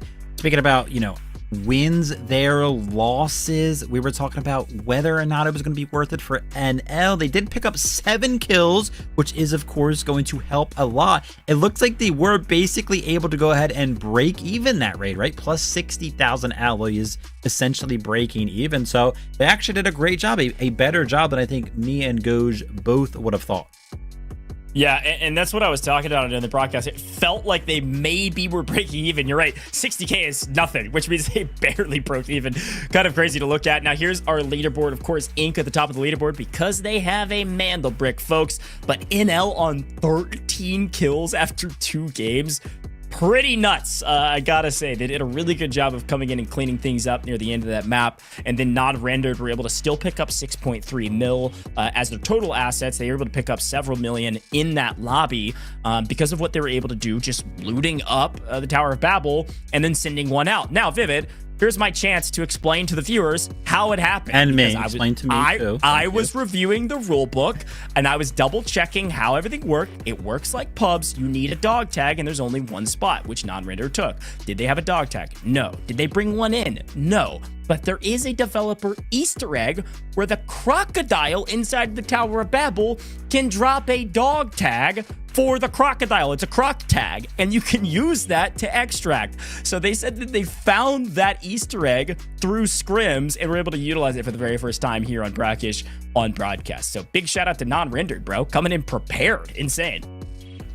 Listen, they just changed Brakkesh forever, in my opinion. I didn't know that. I don't know who else ended up knowing that, but yeah, crazy stuff going on over here in Group A. Let's take a quick peek to see how Group B is looking. Again, we have 2 groups going on right now. Both of these groups are fighting for a chance to play in the finals on Sunday. The top 3 from each one of these groups will go there. And look at that, Goj. You were talking about him. You coined them as Team Syrup after match number 2, game number 2 on Brakkesh. They were actually the team that was able to pick up their Mandlebrick over there as well. They're in first place. Yeah, Syrup on top, as expected in my mind. I mean, when we talked about him at the top of the show, we said maybe the crowd favorites or the ones that everybody thinks will do well is going to be Syrup on Group B, and it's going to be Inc. in Group A. So far, we at least know ball, or at least somewhat of some ball. And so we see in Group B things going according to plan for Syrup. The rest of the rosters, though, very close to each other. And I'll just say, the total assets much lower than Group A, at least some of our top teams in Group A, with only about $1 million plus to $2 million above what they started with. Reminder, every team starts with $3 million in total. So if you see a team in the $3 millions, $4 millions, not much has gone well for some of these rosters in the first 2 games, which you can tell BM and Syrup were the main reasons for that, with 19 kills between those 2 teams. So let's head back to Group A, though. And Vivid, I want to talk about operators. Everything's going kind of as expected, but walk me through what you see on the graphic. I mean, Raptor being utilized by every single one of the teams at least once, by 4 of them, doubled up there on the first 2 maps. D-Wolf also finding a lot of usage. Viren as well, kind of surprising. We did see, if you take a look towards some of the Toxic and Stingers, only 1 team, that's actually going to be NL, has not used one of those characters yet. So that's kind of cool to see. Thinking about the next map here, right? We are going to be going towards Tide Prison. Now, EU, this map played extremely passive. We did see a lot of hack claws, right? Maybe that was a key factor in that. I would not be surprised to go ahead and see some hack claws here as well. Now, once again, game number 3 here, going back to Tide Prison. We are taking a little bit of a break from those Mandlebricks, and there's not going to be a Mandlebrick here on this map. Instead, we're going to have those airborne insertions, right? Those airdrops are going to be dropping from the sky, giving our teams an opportunity to go ahead and loot up and pick up some great weaponry. After this, though, goes all hands on deck. It's just Mandlebrick after Mandlebrick after Mandlebrick on Space City. Yeah, it's going to be a lot of fun. I'm still excited about Tide Prison. Look, I thought Zero Dam was going to be slow. It certainly was not. So who knows? Maybe North America is going to show us a little something about how Tide Prison can be played on a competitive level. Now, a quick look at the spawns. Again, the way this works, I've been talking about T1 because it's the most important, but all the spawns are important in their own form and fashion. So the rules as states is technically you just can't get the same spawn back to back. Okay, so if you're T2, you're not going to get T2 again. That's why there's 4 teams at every slot. It all makes sense. But looking at the last map, we saw Chopsticks in non-rendered, NR, and CS get the T1 spawns, which means as we go into a non-Mandlebrick round, they will not get a T1 spawn, which is good news for them, frankly, because T1 spawns on this map are still nice, but it means you won't have a T1 spawn in the next Mandlebrick round, which you certainly would want. So definitely something to keep in mind if whoever pulls the T1 spawns here in Tide Prison might not be so happy about it. Yeah, absolutely. I mean, let's talk about how the operators kind of look for Tide Prison. And, no surprise here, Nox, one of those characters that you can kind of make some sneaky plays with. You pop that all, nobody can hear your footsteps. 40% pick rate. A lot of our teams, a lot of our players opting to go ahead and pick up the Nox. I like seeing the Hackle as well, right? I called that out. Well, I don't know if I like seeing the Hackle, right? Man, those flashes, they can get real annoying. And then Tempest as well, dropping all the way down to 8%, right? So just a majority of the operators are going to be Nox or Hackle there. And then Tempest is just really good here as well because utilizing all on a map like Tide Prison, it just works out so well. Yeah, there's definitely a lot of ground you can cover on Tide Prison and a lot of angles you can get back behind if things go awry. I will say, generally speaking, though, 8.4% is so low that I think that third operator choice is pretty variable throughout the course of the open quals. And I think a lot of our top teams as well are saving Tempest for Space City and for Mandlebrick rounds. So I don't know if I expect to see a lot of Tempest on this round, but maybe a couple. Would not be a surprise at all. A lot of value with those disarms. Again, a map that's going to be entirely about looting, right? Yeah, I mean, we have seen the total assets help out on the leaderboard, but effectively, right, the win con, the Mandlebrick not going to be present. How these teams are going to walk away from Tide Prison with a quote-unquote win is getting out with a lot of loot. Tide Prison is absolutely flooded with loot. I do want to quickly mention, right, those T1 spawns. They're pretty much the closest spawns to Warden, right? When we take a look at the Brakkesh map, talk about those T1 spawns. It was a team closest to the Mandlebrick. On this map, kind of a flip-flop. It's the team that's going to be closest to the loot, right? The safe, the mini safes that are going to be all over that Warden's office.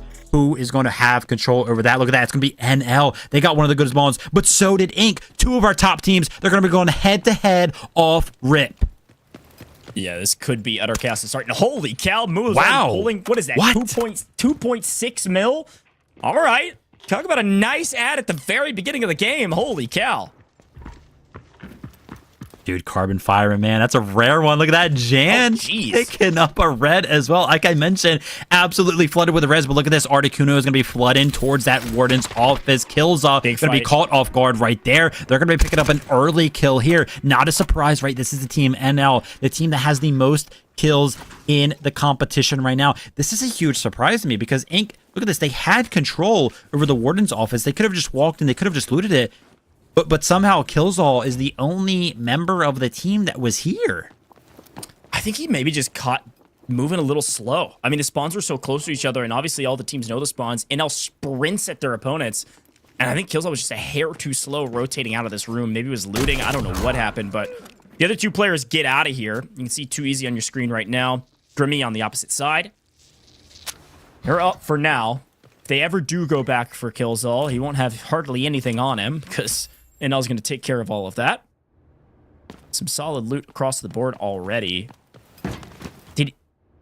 Looks like Ink, and that's our total assets on the left. So Ink's still at 8.7. NL still in the lead overall, but CS has closed the gap dramatically in total assets just because of the loot they've already found on this map. Yeah, next time we do get an opportunity to look at NL, I'm actually curious to see what kind of armor they brought in, right? Like, what's their investment looking like? And as we see Zoma over here going to be opening up the safe, purple, actually, right? So kind of downgrading the investment, which is, you know, no surprise. They're not going to be bringing in back-to-back gold armor. I was just kind of curious, hey, listen, how healthy is the bank? How comfortable are they feeling bringing in, you know, what kind of armor into this match? But they're going to be reverting back, downgrading a little bit to the purple. Yeah, and I was taking a look. We got a back-end screenshot here, and it looks like I don't think anybody's bringing in gold into a kind of a looting round, which I think makes some sense, especially with half the lobby, for all intents and purposes, broke. And so NL would maybe be the only ones that could afford it. Articuno able to find another 287k or so off of that red. Generally speaking, as we kind of like are paying attention to the map, obviously, NL in a pretty good position here on the south side of the map.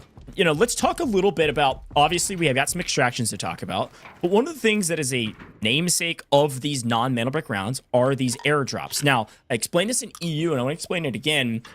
In Tide Prison, there is an airdrop, and then there's also a specialty GTI supply mission you can do. If you do that mission, that's how you get the AWM. There's still an airdrop that lands that has, you know, tier 5 loot, etc. Some solid loot, probably worth going for still, just to kind of rack up some stash value. But if you want the AWM, you gotta go for the mission. That's how this map works. So we'll keep our eyes on that as well. It looks like the mission is right around this area. You can see it on the map right now. This is a mission that you've probably done if you've played Tide Prison before, but it is specially named for the tournament with GTI tag to designate that is a little bit more important than maybe general pubs. So a little key card pickup right there. That was probably, I think, a copy of one of the cell level key cards. Usually it's a level 1, so I don't think that was a valuable one. Did not see it kind of pop up, kind of notify us how good that one was. But Goj, we had really high hopes, man. You were really hyping up. You were like, dude, you know, NA, they played aggressive on Zero Dam. They're going to come into prison. They're going to be fighting the whole freaking time. It's going to be sick. Lick, man. Oh, they're only like 6 minutes in. Give them a second. Our first airdrop is landing. Is anybody on it? I don't know. Keep our eyes out for it. This is a straight up, just a straight up Gorilla cosplay, man. You ever watch Gorilla play Tide Prison, dude? I know it looks just like this. Let me tell you. Look, man. Sometimes the best defense is defense. Oh, you know, they don't say it often, but sometimes you just gotta play defense. Let's protect our loot. Let's play nice and slow. Total assets is the leaderboard on the left there, by the way, if anybody's asking. No, they don't already have 12.5 mil. That is their current overall leaderboard, including what they have. Here's our airdrop out in the open. This one is actually, I think, going to land just on the edge here of the water. So you're going to have to get a little mixy if you want this airdrop. You know, in EU, Vivid, you were talking about how slow it was. Nobody played, by the way, for the helicopter extraction on that platform. Do you think we're going to see a little bit more action on the south side of the map in NA? I mean, it doesn't look like it right now. I mean, surely somebody eventually ends up going out there, because going for that other extraction is just super, super hard, but we'll have to see how it ends up working out. I'm actually kind of curious to see if NL is going to dip their toes outside, dip their toes in the water, see if they can go ahead and secure this airdrop. And it looks like Articuno is actually looking towards it right now. An absolute blessed spawn, right? Does not actually oh, wait a minute. What is this? Oh my gosh, I thought it was like a giant red. It's going to be a huge armor there, but It's going to be awesome as well. A couple of yo. reds to boot. Whoa, whoa, whoa. Hey, yo. Is Is this what it looks like when you play with Vivid on Tide Prison? What's going on? Dude, I'm not sure. I don't know if I've ever gotten that many reds on Tide Prison. Have I? I mean, surely I have. The map's just flooded with them, so. Great stuff there. And, I mean, dude, what an absolute great start of the match for NL. I mean, they start off, they get effectively a free kill towards Warden's office. They get to loot all of Warden's. They get to pick up the contract that puts the scavs on their team. And then the airdrop spawns right next to them. Yeah, I think in EU, the airdrops spawned on the other side of the map. It was a bit more difficult to get to. A couple different spots it can fall, but the other thing I noticed is that our mission spawned on the right side of the map, eastern side rather than the west. A couple small RNG changes. Where's Raven?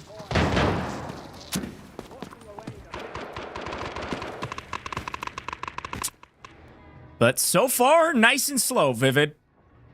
Gonna get all Love the it loot that we can, and got some gold armor for Articuno. That's nice. See if they're able to also pick up the AWM on this map. Talk about a win for NL if that's the case. CS, VRM may get engaged here shortly. MM was close to NL. I think they maybe even spotted NL at one point.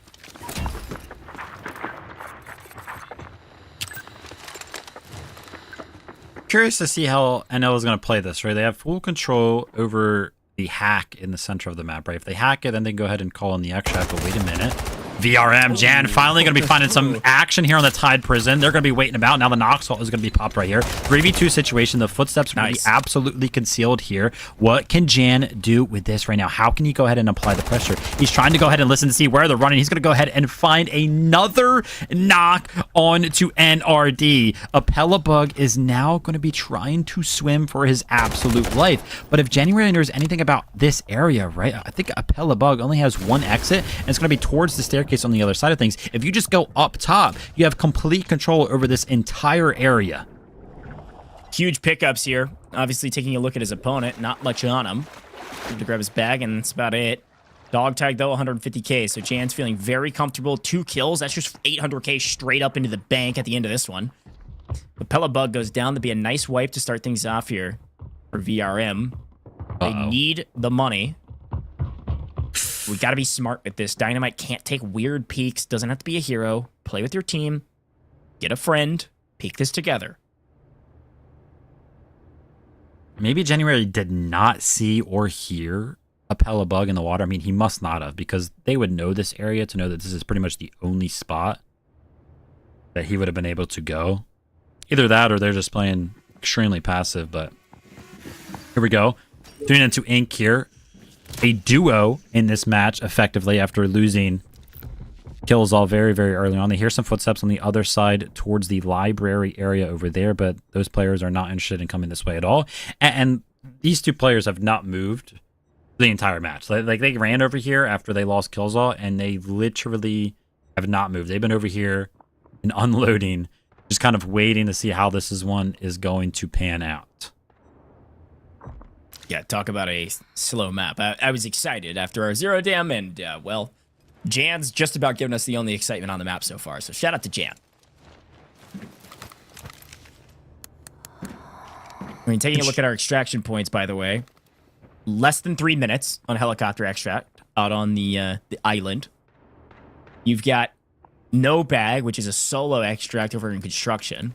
Then obviously you can pull for pipes and see which pipe we go to, but right now, it is a waiting game until that timer is active. A little bit deceiving as well. It's like the extract becomes active, and then it's like another minute or two until it actually goes off. Yeah. Timer down there. And it's a little bit of a different timing as well on this, competitive server, this competitive map. Because the timings are a little bit different. Usually on Tide Prison in a normal match, that extract goes off the 6-minute mark, but as you can see, there's 7 minutes left in this match, and take another like 3 minutes until that extract down there goes off. So around the 4-minute mark for that helicopter extract. Ooh, look at that. Champion finds another big red there, 1.5 million, and look at this NL. Yep, they're picks up ammo. That means that they, they did that contract that you were talking about to actually get the as well. Yeah, so NL is getting out big right now if they just get out of the map. But there's that buoyancy device. That's 1.5 mil there from Champion, so that's huge. NL finding the ammo means they completed the mission. They get the AWM. They get the ammo for it. Big pickup. They might be spreading the ammo out between their team. I think it's a decently smart play. They at least have some, should things go awry. But if I'm NL, I'm definitely going to prio getting out of the map. They've done everything they needed to do on a resupply round. I mean, they're at 5.7 mil as they're kind of trading items back and forth, just from this map alone. CS is the same. They're at 5 mil right now. I mean, it's a great map for a round that doesn't have a Mandlebrick. Yeah, but we have not seen anybody extract yet. I'm telling you, once this ends up going out, it's going to get crazy. As you can see, the switch inevitably ends up getting pulled. That's going to be gate 2. Is going to be the selected extract for this one. That was going to be VRM, purple team, January and Co. That actually ended up pulling that. NL, the fact that they did not move further north means that, hey, listen, they've been poised up here the entire match.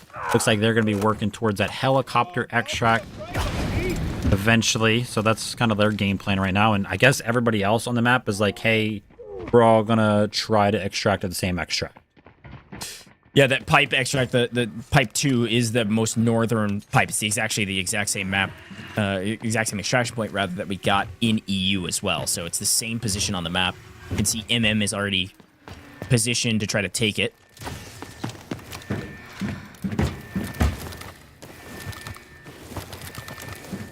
So it looks like the fight is going to be VRM and MM to start. They're already looking at each other.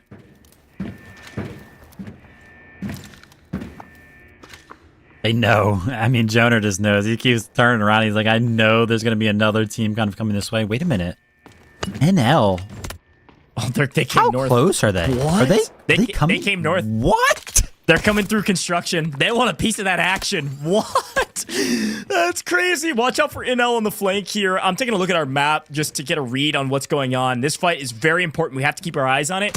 It's Inc, actually. The 2 players of Inc that are still alive that are going to go for the helicopter extract. Everybody else, at least for now, playing the north side. CS is still somewhere in between. So I'll keep my eyes on that map and keep you updated. But for now, MM versus VRM fighting over the extract in NL about to appear on screen. You can see them on the mini-map. Look at them. Look at They've that. come all the way through construction and are now over here playing for pipes.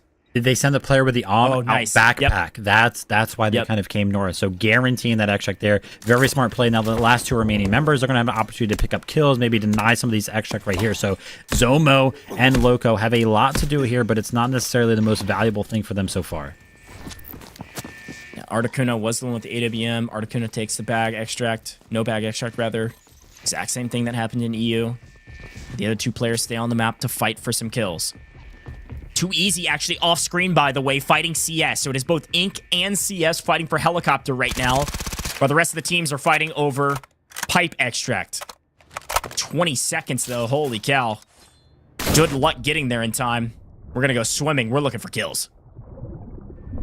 Yeah, the information is in, right? But 8 seconds, it's going to be a little bit of a dash for CS. They're going to try to climb onto this extract at the very last second. It's going to be hard to find a damage. Can Grimmy go ahead and find a damage? Deny the extract. Nice. The player's knocked. Does get the full kill right there. And actually, look at that. On the other side of things, Too Easy got the other kill. That's why that execute came in so fast. So CS does not get anybody extracted out. Inc somehow, the duo from the start of the game actually ends up finding the extract. Now turning our eyes over towards the other extract. Still pretty much a stalemate over here with 40 seconds to go.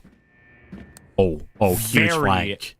A huge flank from NL. Very well done from Inc. I can't say that enough. We'll see that on the replays. To both get out and get a full wipe there after losing kills all at the beginning is crazy. But all eyes on this extract here because we are running out of daylight. 25 seconds on the clock. Loco, nice trigger discipline, waiting for a freebie. Gets 1. Oh, gets a little jittery. Gets a second. It gets a little help as well. Full team wipe. Down goes VRM. Jan started the bleeding. NL finish it, but we're not out of the dodge yet. MM still in the mix, still on the point. 6 seconds and counting to get to the extraction. Everybody's swimming for it, and Skies is there. John is going to get there as well. 2 members of MM are going to get out of here just in the nick of time. Very well done from both of these teams. VRM, the only one that catch the wrong end of the stick there. NL, get a couple kills, and they're able to stay on the map, make sure they stash up their safe boxes with as much as they can in the last minute 40. But MM have the wherewithal to get to the pipe just in the nick of time to get 2 out of the map as well. Yeah, I mean, super worth it right there for NL, in my opinion. Sending one player out with the and, all of the loot now. These 2 players are going to have the opportunity to go ahead and look for some loot that they can go ahead and shove in their safe box. So, make the match a little bit worth it. And we already know the investment for them coming into this match. They downgraded, right? They had purple armor, so it wasn't that big. This is going to be a huge jump for NL. Also, speaking about the kills that they were able to get right there, it was funny, right? We watched the flank come in from Loco, and you were like, oh man, the assist kind of comes in. The assist actually came in from his teammate. Found the 3rd kill onto purple somehow from a completely different angle, and then able to pick up one of the green team members as well. I believe that was Miami on the other side of things. So this match in total for NL, they had at least 5 kills, able to send somebody out through backpack with an safe box is going to be looking good as well. I mean, hey, NL, they got to be feeling good. Yeah, that's the map they wanted. I think they would have wished that they could have gotten everything out, but either way you look at it, that is a huge net victory for NL. So time will run out as they're stashing up their safe boxes with anything they can get their hands on. They're parting guns. They're trying to figure out what they can do, but the parts of those guns aren't going very far because you're just taking out what's in your safe box. Nobody else getting out of the map. And right now, those ID tags are the things you're looking for. Make sure you get as many as you possibly can. And then 13 seconds of speed looting just to see if you get lucky. Then we will see you later. NRM have one more on the map, looking for anything. Not going to get much. Either way you look at it, AWM, I think NL is the team to watch out for at the end of that one, but I still tip my hat to Inc. They still picked up 2 kills. They still got out of the map with 2 players. Still a solid map to protect some of their resources going into our next Mandlebrick round. I mean, yeah, they got to be feeling good about that one. It's going to get crazy. We're going to see what our teams are able to kind of take into Space City here when it comes down to all of the gear. But a Tide Prison went kind of how we expected to go after watching EU earlier on today. It was very, very passive, and a lot of the teams just kind of jumping onto the extract at the very last second. And a lot of the value from that map, I mean, hey, listen, that airdrop had a lot of the value there, but the kills are going to be the big talking point for me. Yeah, I totally agree. Saw a sizable amount of reds, by the way, inside of Tide Prison. So, hey, maybe looting up is definitely worth it. Let's take a look back on those replays. Let's take a look at some of those reds and then the couple fights that we finally saw towards the end. The replay is going to tell a lot of the story of this map because there was only a couple highlights. The main one, I think, NL, they get an early knock on kills all, which is big, and they get the airdrop, okay? That's not where they get the AWM, though. Jan goes on a bit of tear here, picks up 2 members of NRD and fulls them both. Articuno, they finish the mission. NL does. He gets out of the map via the no bag where you swim down below and extract that way with your scuba gear. So nice job from him. This was the fight that happened off screen though. It was CS versus Inc. fighting over the helicopter extract. And then on screen, Grimmy on low side holding Muo. And Grimmy's actually about to get shot in the back or at least share an extract. But just in the nick of time, too easy, cleans up the other one. They get both kills and they both extract. This is great trigger discipline from Loco. He's able to pick up 2. And then you're right. They find the 3rd as well. And then they trade out a kill here with MM, and MM says, we're not fighting this. We got to get to the extraction point. We lose 1 player. They both go swimming, and they both get out in time. So that truly was a perfect summary of the entire map. That is everything that happened in our highlight package. And overall, I think NL are the big winners, while MM and Inc. kind of played pretty solid defense, still getting 2 players out of the map with at least a little bit of something. I still can't believe Too Easy was all the way on top of that zip. There was 20 seconds left on the extract, and I was like, oh, okay. He just is only interested in the kills and kind of defending the extract, making sure nobody gets to it. Somehow makes it to the extract. Crazy. And it gets the kills. So knows that timing, knows the jump off of the zip line as well. Very, very good to see those mechanics and that knowledge kind of come out to play there in full effect. Yeah, like I said, that Inc. roster has probably scrimmed more than anybody else in this game, and that experience is proving to be very helpful for moments like that. They turned a bad map into a solid one. Very well done, NL, though. The big winners from that one, AWM in hand. Let's see if they use it in Space City. I can't imagine they're holding on to it for anything else, folks. Space City is next in our next Mandlebrick round, and technically on paper, it could be the last game of the day for Group A if Inc. is able to go back-to-back on Mandlebrick rounds, folks. You're not going to want to miss it. We'll be right back after a short break. Humanity's greatest inventions have been born from a longing for better lives. Nuclear power to light our homes, seismic waves to map the Earth's core. Yet we never quite learned how to wield our potential, invariably turning it against ourselves. Whatever the outcome of this battle, we have once again demonstrated this truth to the entire universe. A titanic force wrought by human hands and slipped from our grasp.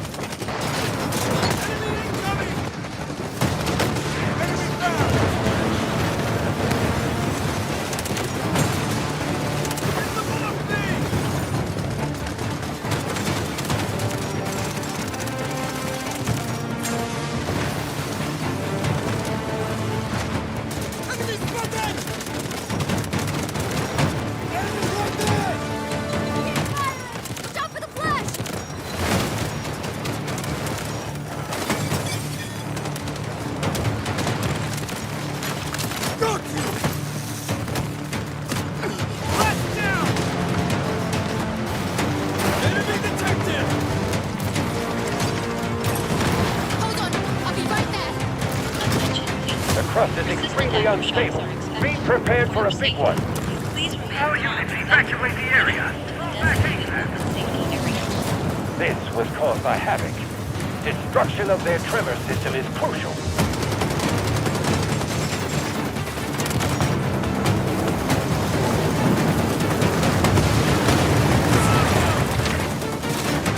All units, defend the key objective.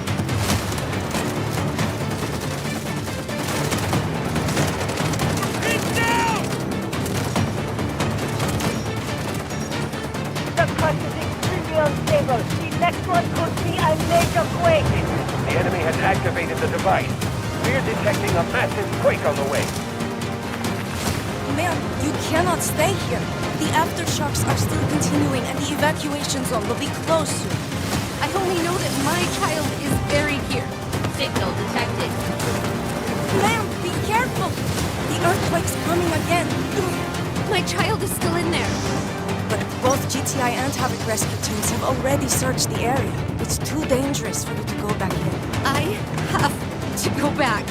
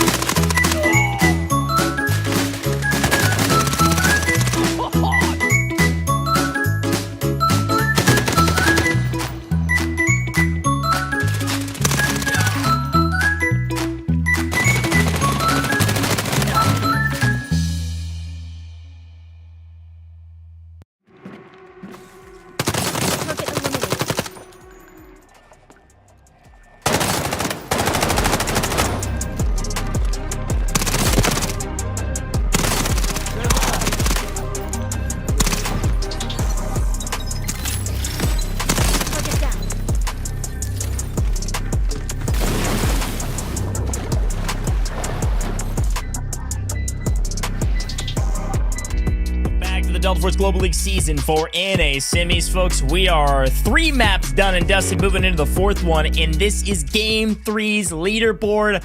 I told you the big winner was NL. What I didn't say is that MM and Chopsticks must have been 2nd and 3rd. Very well done from both of them to still pick up 4.7 and 4.2 mil respectively. Everybody else still walked away with something. That's crazy, what?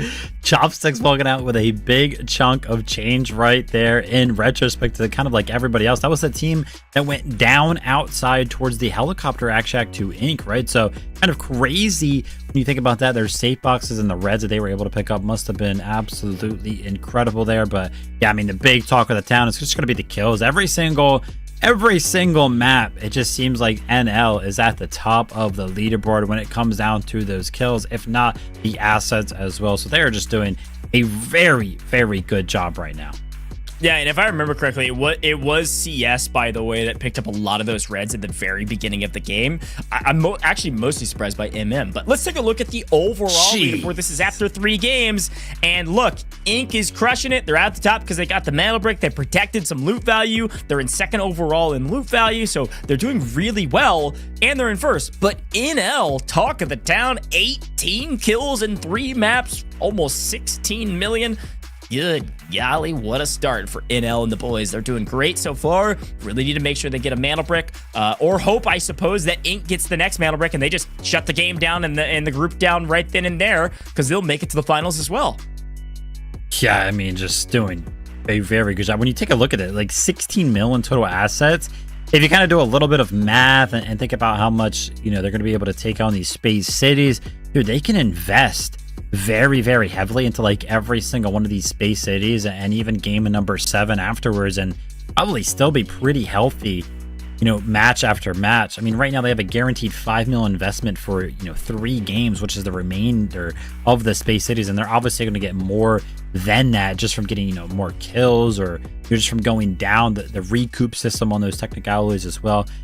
I also have to kind of tip my hat. Obviously, NO is doing an incredible job. They have 18 kills. It's showing in the assets right now. But I feel like the 3 teams that are kind of behind, them being at that 9 mil mark, is a little bit higher than I was expecting. I mean, even for last place, MM, they're at 8 mil. They're close enough. They have almost as much assets as Inc. does in first place, right? They're kind of only up there because of that Mandlebrick and have that big gap lead. So those other teams towards the bottom, they are definitely not out of it at all, and they have enough to kind of invest into these games still.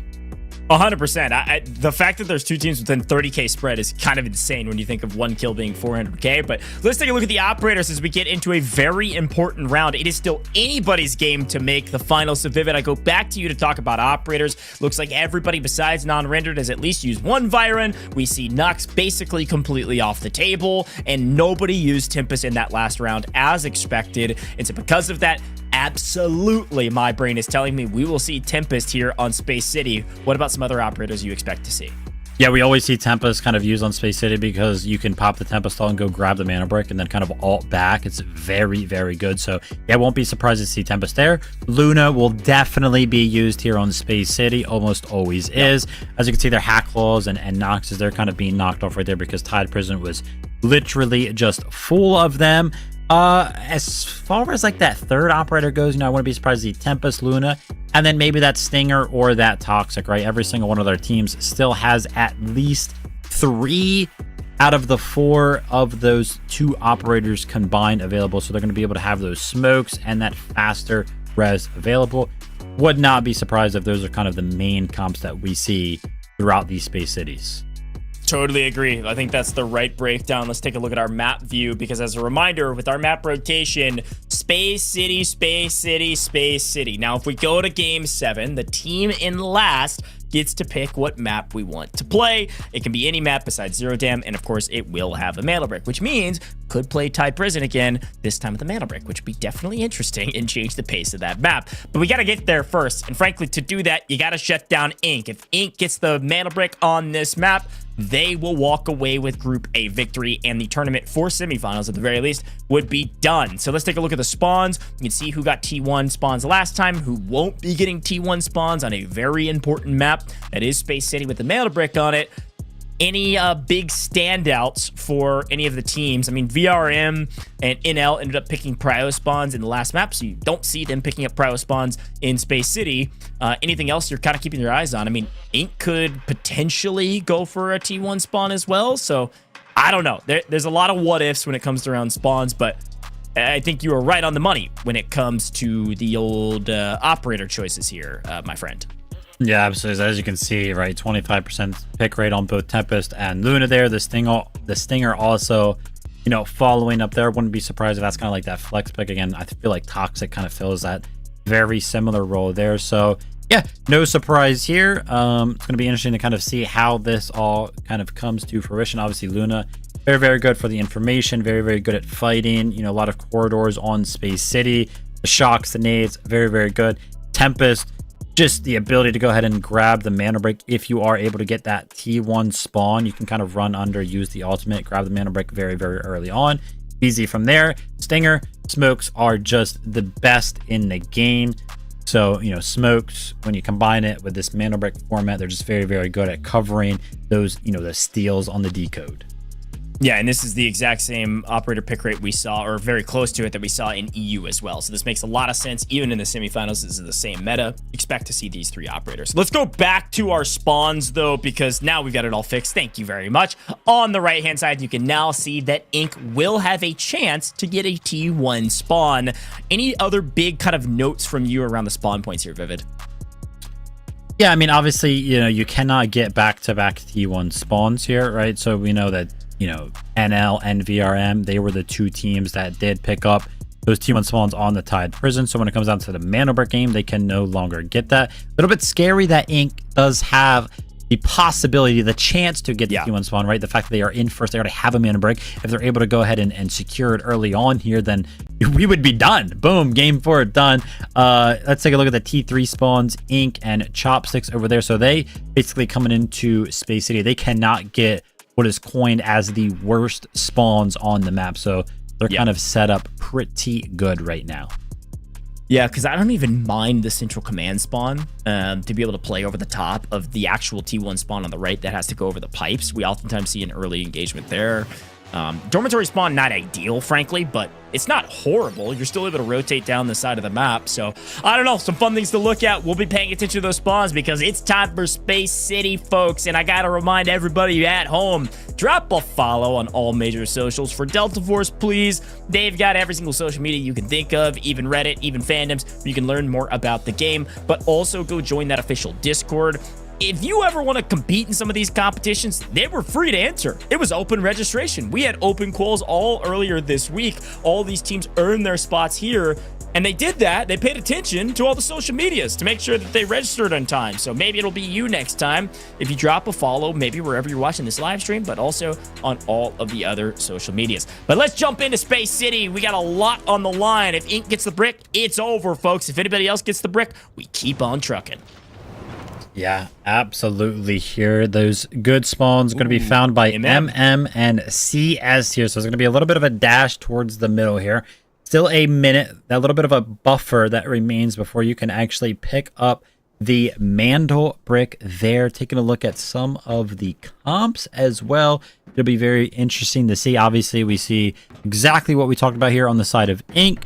Tempest, Luna, Toxic. No surprise there. Yeah, all expected. We'll keep paying attention to that, but generally speaking, looking at some loadouts, it doesn't look like many people are rocking gold. Everybody electing to bring in tier 4 purple, which is pretty much everybody besides, I want to say it's Zomo from NL is the only player rocking tier 5 armor and helmet.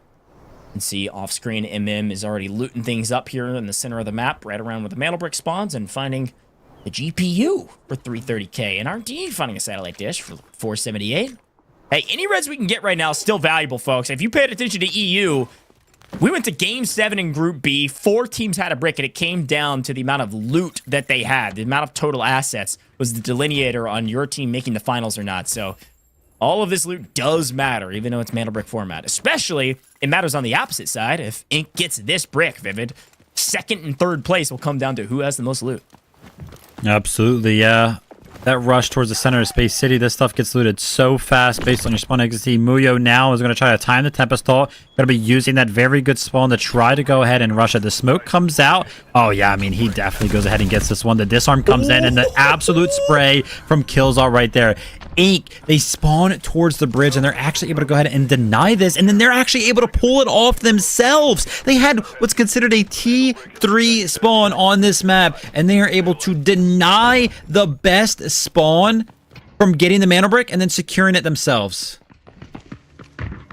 That'll do, Pig. That'll do. We take it indoors. No more long sight lines for anybody out there. I'm telling you, Tempest is insanely valuable on this map, and you've already seen it in perfect execution here from Ink. They play the backside of the spawn. They make sure they get to the brick right when it spawns. They've cleared out to make sure they're not going to get shot in the back. They get the brick, and they start the decode immediately, folks. If no one disturbs this decode, Ink wins this group, and it comes down to loot value. What that means is twofold. One, NL does not need to play for the brick. I'm going to repeat that. NL does not have to play for the brick. Do you want to leave it up to chance? No. But NL has a sizable advantage in loot value over everybody else. You can see it there on the left-hand side, especially if you're not on mobile. It's not too small for you. 17.5 mil. They are up 6 to 7 mil above just about everybody else. So they're in a really good position to still make it to the finals, even if Ink decodes this. Everybody else has to play for the brick or play for all the kills on the map and all the loot on the map. Those are your only two options. Let's see what happens, Vivid. Yeah, NL is the only team on the map that I'm going to be excusing from pushing this Mandlebrick right now. If they do not push it, I think it is strategic. It doesn't matter if they get first, second, or third. All three of those spots, you still go to the finals on Sunday. It does not matter. They know they have the most amount of assets. They got to be feeling good right now. They're like, hey, listen, if Ink ends it right now, we're going to be top 3. No problem. We don't care how we get there. Every other team, you better go and try to stop Ink from securing this brick because the assets are just way too close to justify right now. And Zomo, oh my gosh, there's somebody literally standing like right next to him on the other side of that and somehow finds wind that that player was there.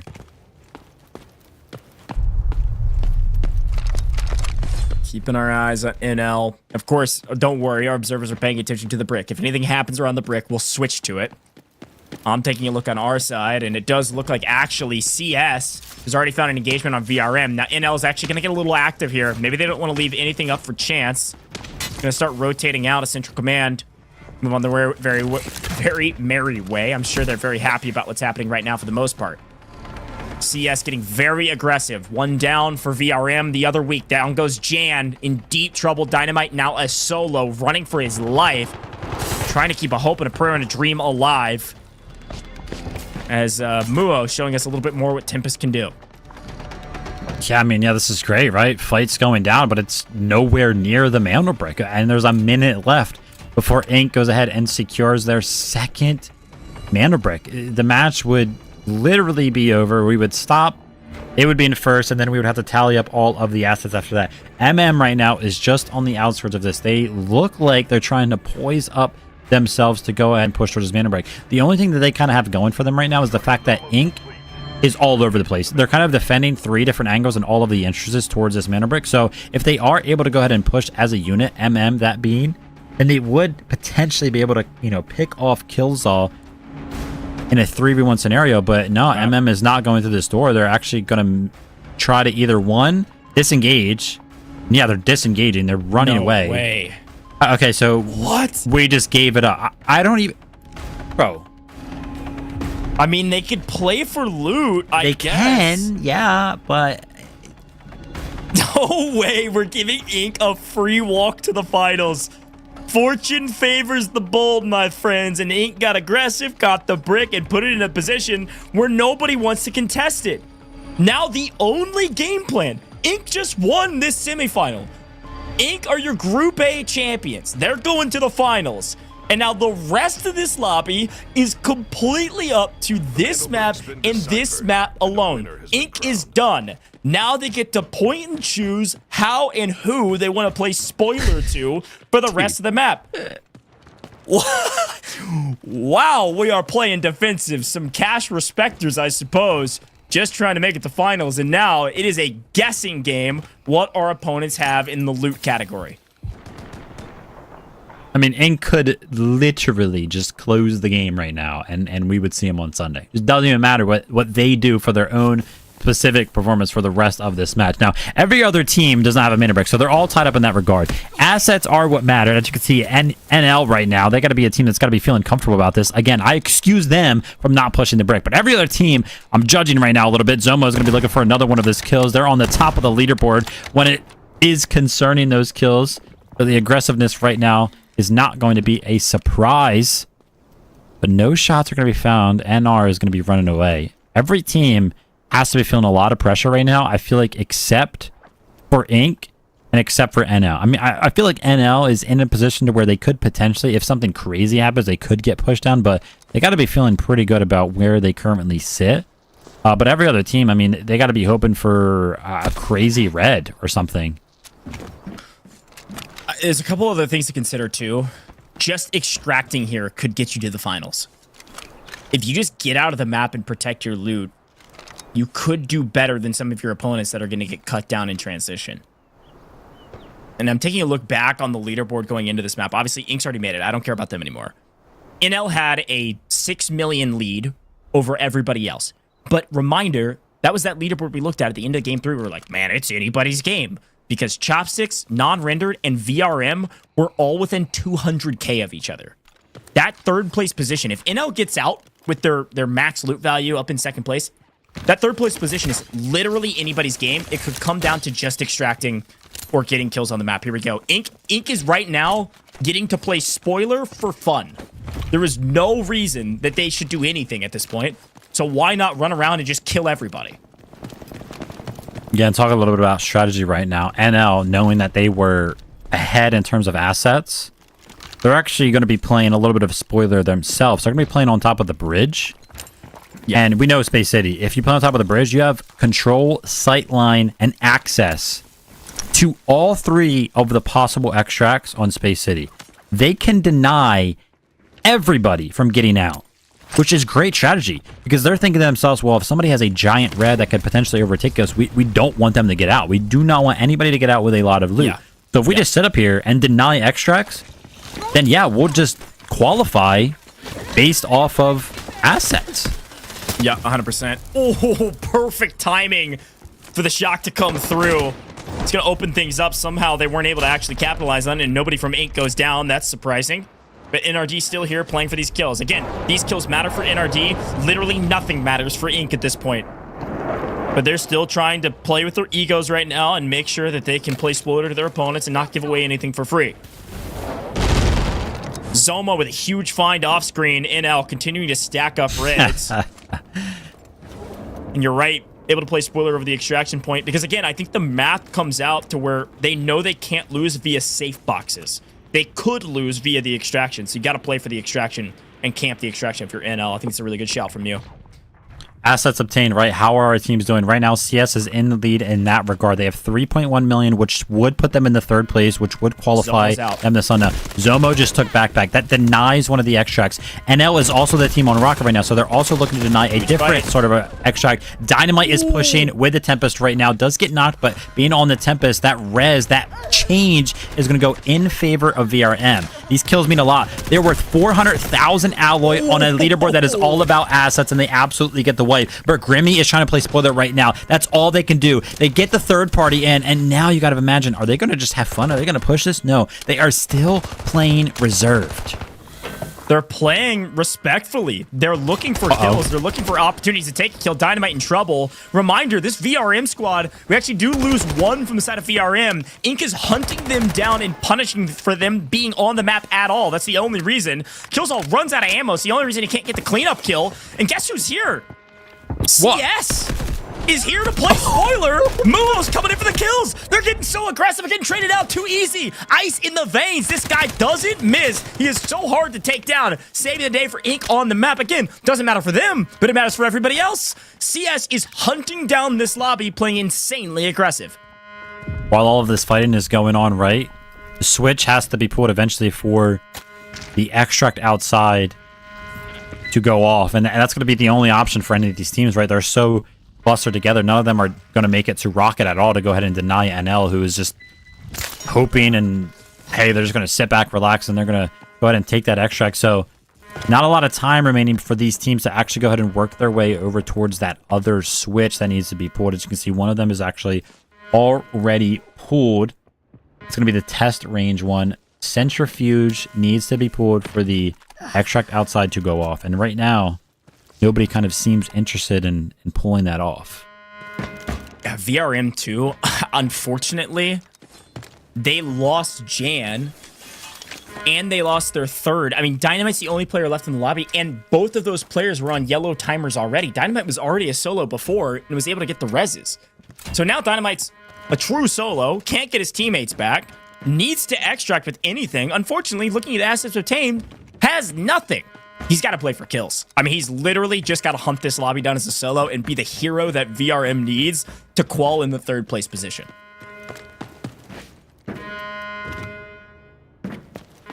Nerves, man. They got it. They know what they need to play for right now, and I mean, kills are going to play a big part of it, right? So still an opportunity for everybody that is still in the lobby to go ahead and find third place, right? Look how close all of the assets obtained are right now. NL pretty much guaranteed second place. They are qualified.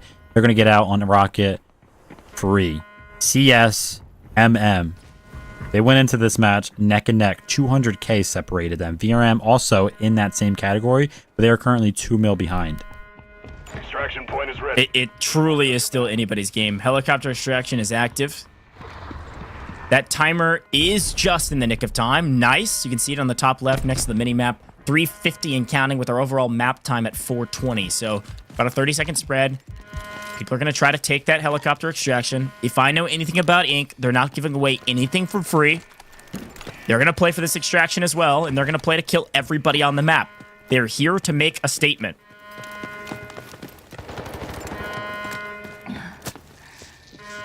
There it is. CS. Diamond finds Miami over there towards the switch, right? It's going to be a little bit of a fight that's going to be going down. That happened after the switch was pulled.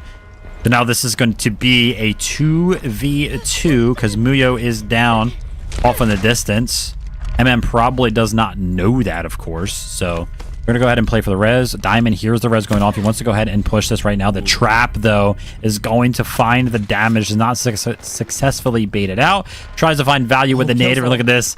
Killzod is playing spoiler, man. Finds the angle to go ahead and pick up a kill there onto Chris. Now Diamond left as a solo. MM is trying to go ahead and push their advantage. And it is successful. NR out of the map. CS out of the map. NL still on the map, and MM losing their lives to Inc. Inc is the Grim Reaper of this lobby right now. Pinching this team. CS gets cut down because of Inc's pressure. It allowed MM to regain and rechow. If MM get to the extraction point, they will take third. If Dynamite, as a solo, can pick up a couple of these kills and extract, there is still a chance that VRM could take third place. Grimmy finds the angle. Nice trigger disciplines. Waits for the right moment. Down goes one member of MM. This is unbelievable. Just having fun. Just trying to go ahead and pad the stats here. Too easy. Just runs into the smoke. Finds the easy kill right there. No way. This is quite literally anybody's game. NL have done everything they needed to do on the map. Very great shot calling. I'm not sure who's leading the charges in IGL or if it's a shared role for that roster, but a great read of the situation. They knew if we get out of the map, we make it to finals, no questions asked. All three of them get out of the map, and they deny the no-bag extract. VRM Dynamite is the last remaining player, and unfortunately, literally can't do anything about it. Inc has wiped the entire lobby, gotten the brick, and now we leave it up to the math. And I'm going to be honest, it's so dang close. I don't know who's going to get third, but it's going to be a photo finish for that last spot into the finals. All of the teams, all 5 of them, decided we're going to leave this up to the assets. We think we can get out crazy with more than the other teams. So they opted for this. They didn't push the mana break when it was getting decoded. They didn't push the mana break on Brakkesh, and they didn't push the mana break on Space City. Inc just kind of got it, right? So they were so aggressive, and they started the brick so early. It gave everybody this false sense of security that somebody else will do this for us. Somebody else will get on the brick and reset it so that we have time to get there. And both times, nobody came. And when they did show up, it was too little, too late. Inc have gone back to back. They replicate the success they found in open quals, get both bricks in 4 rounds. And the only mark on their name before this map was that they just weren't finding a lot of kills. And then we get to Space City, and they kill the whole map, Vivid. They killed the whole map. This is essentially the same roster for the most part that made it to China in the DFI LAN event. Grimmy was their third as a substitute behind Baby B, and now he is on their main roster, and they look all of, well, the whole caliber. They look the same. They look like an unstoppable force right now, and some of that has to be a little bit of clout that they've earned, a little bit of respect on the map. Some of these teams didn't want to chow. They wanted to leave it up to chance, leave it up to the loot, and unfortunately, that only worked for NL, I think.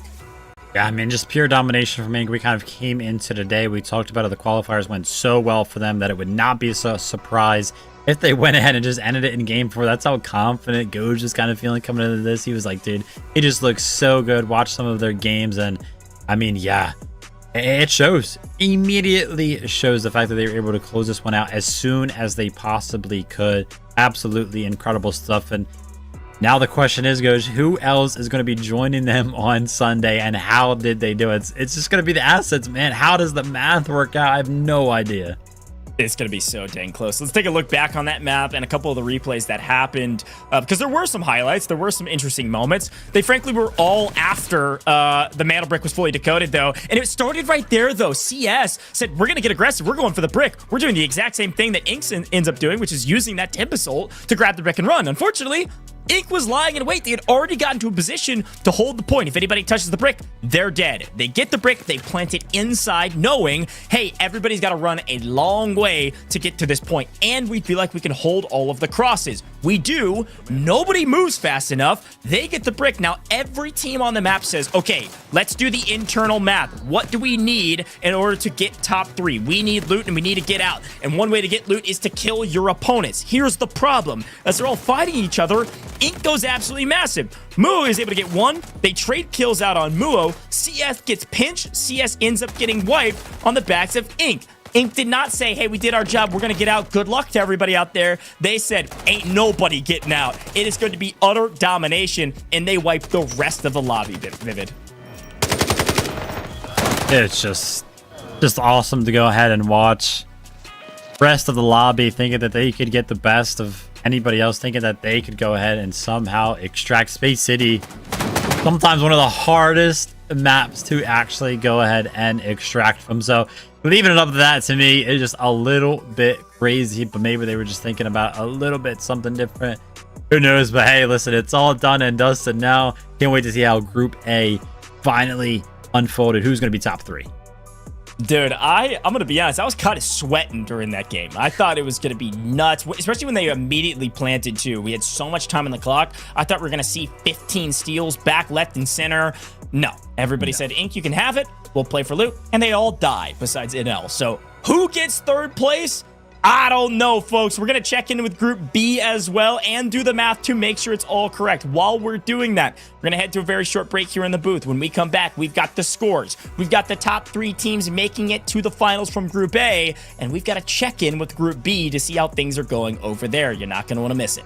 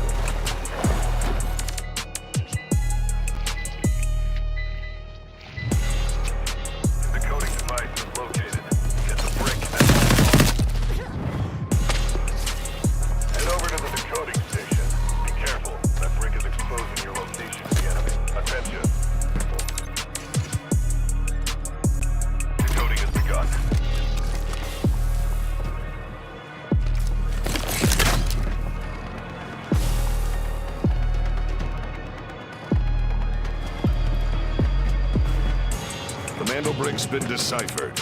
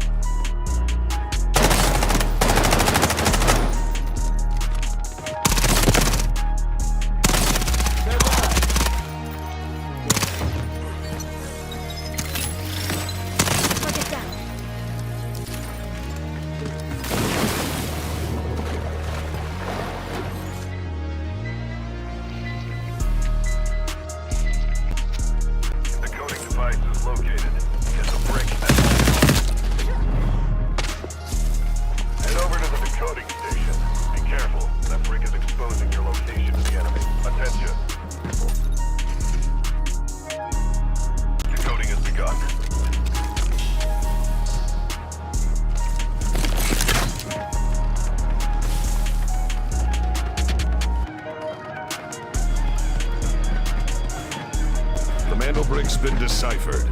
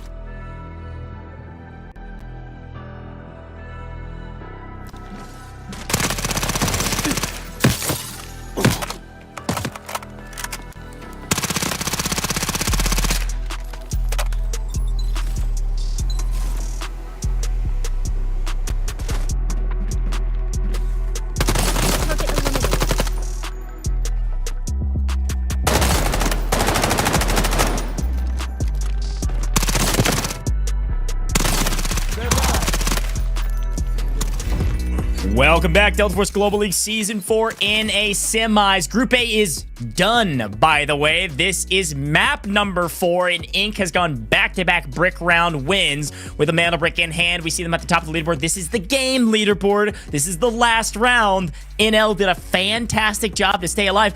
But Vivid, look at everybody else. It's like a nothing burger. I don't know who gets third here, man. It was so dang close with everybody else that I have no idea who gets third. This game leaderboard, of course, confirms Inc. at the top and NL in second, but the overall is going to be a big surprise to me.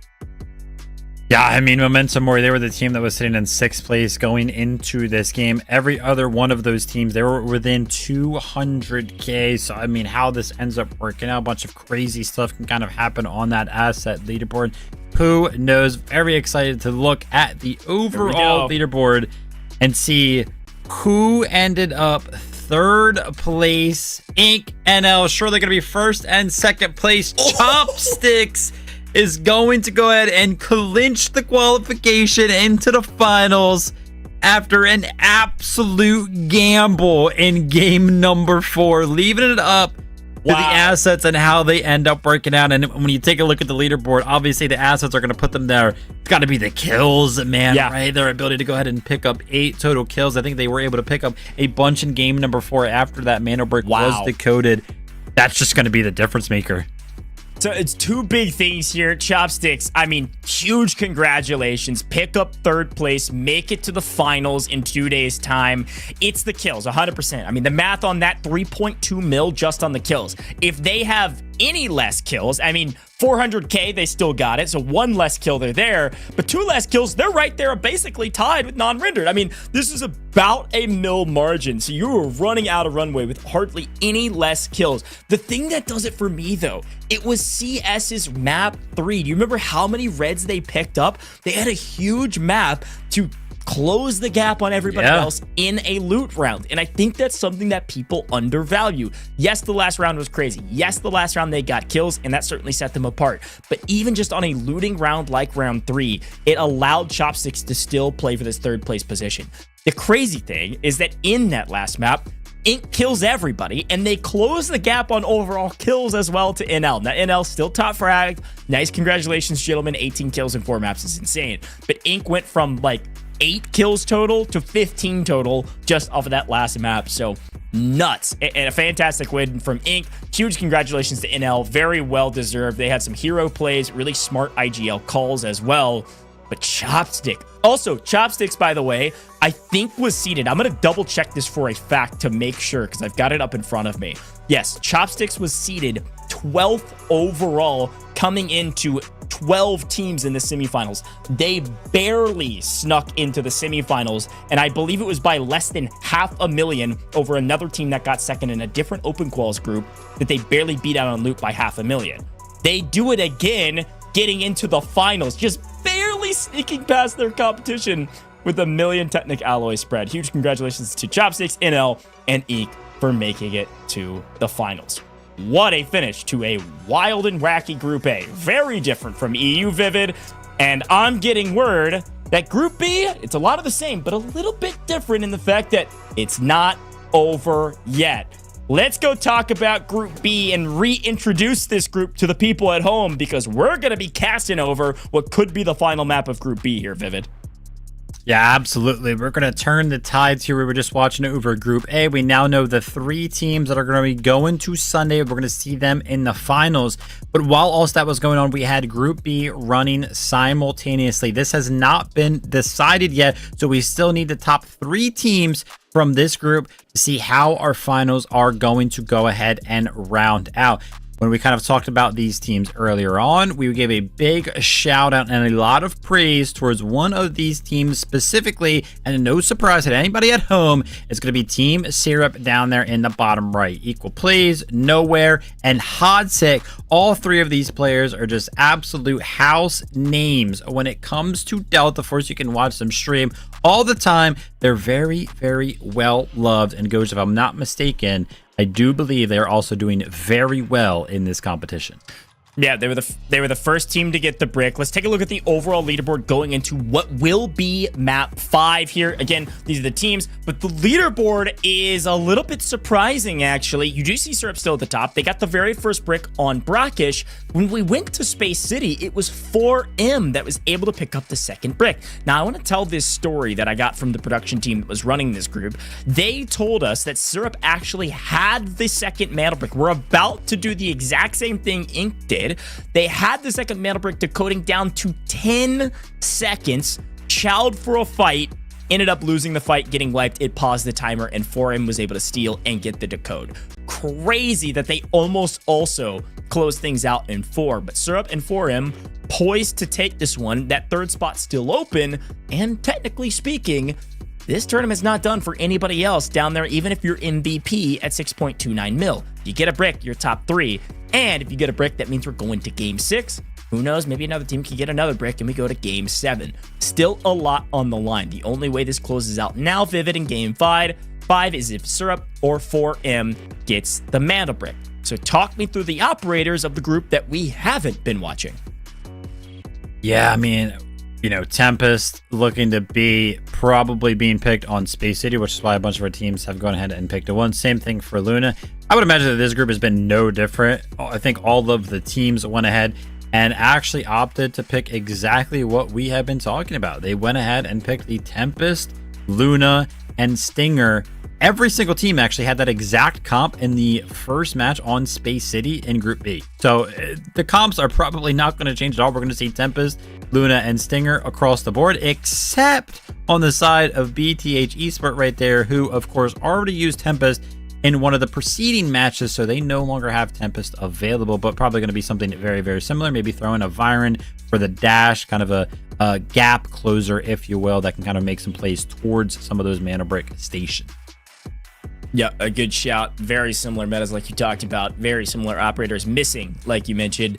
Let's take a look at the map rotation, because again, we move on to map number 5 here for Group B. We've already seen Tide Prison. They've already seen Group B has already seen Space City. We continue on with Space City here with game number 5. Back to Space City we go. If Syrup or 4M, I believe, gets this Mandlebrick, they win this game and they win this group. So 4M, Syrup are the teams to watch out for. Let's take a look at T1 spawns. Wow, Syrup was actually able to get to the brick first. Oh, Syrup and 4M had T3 spawns in the last round.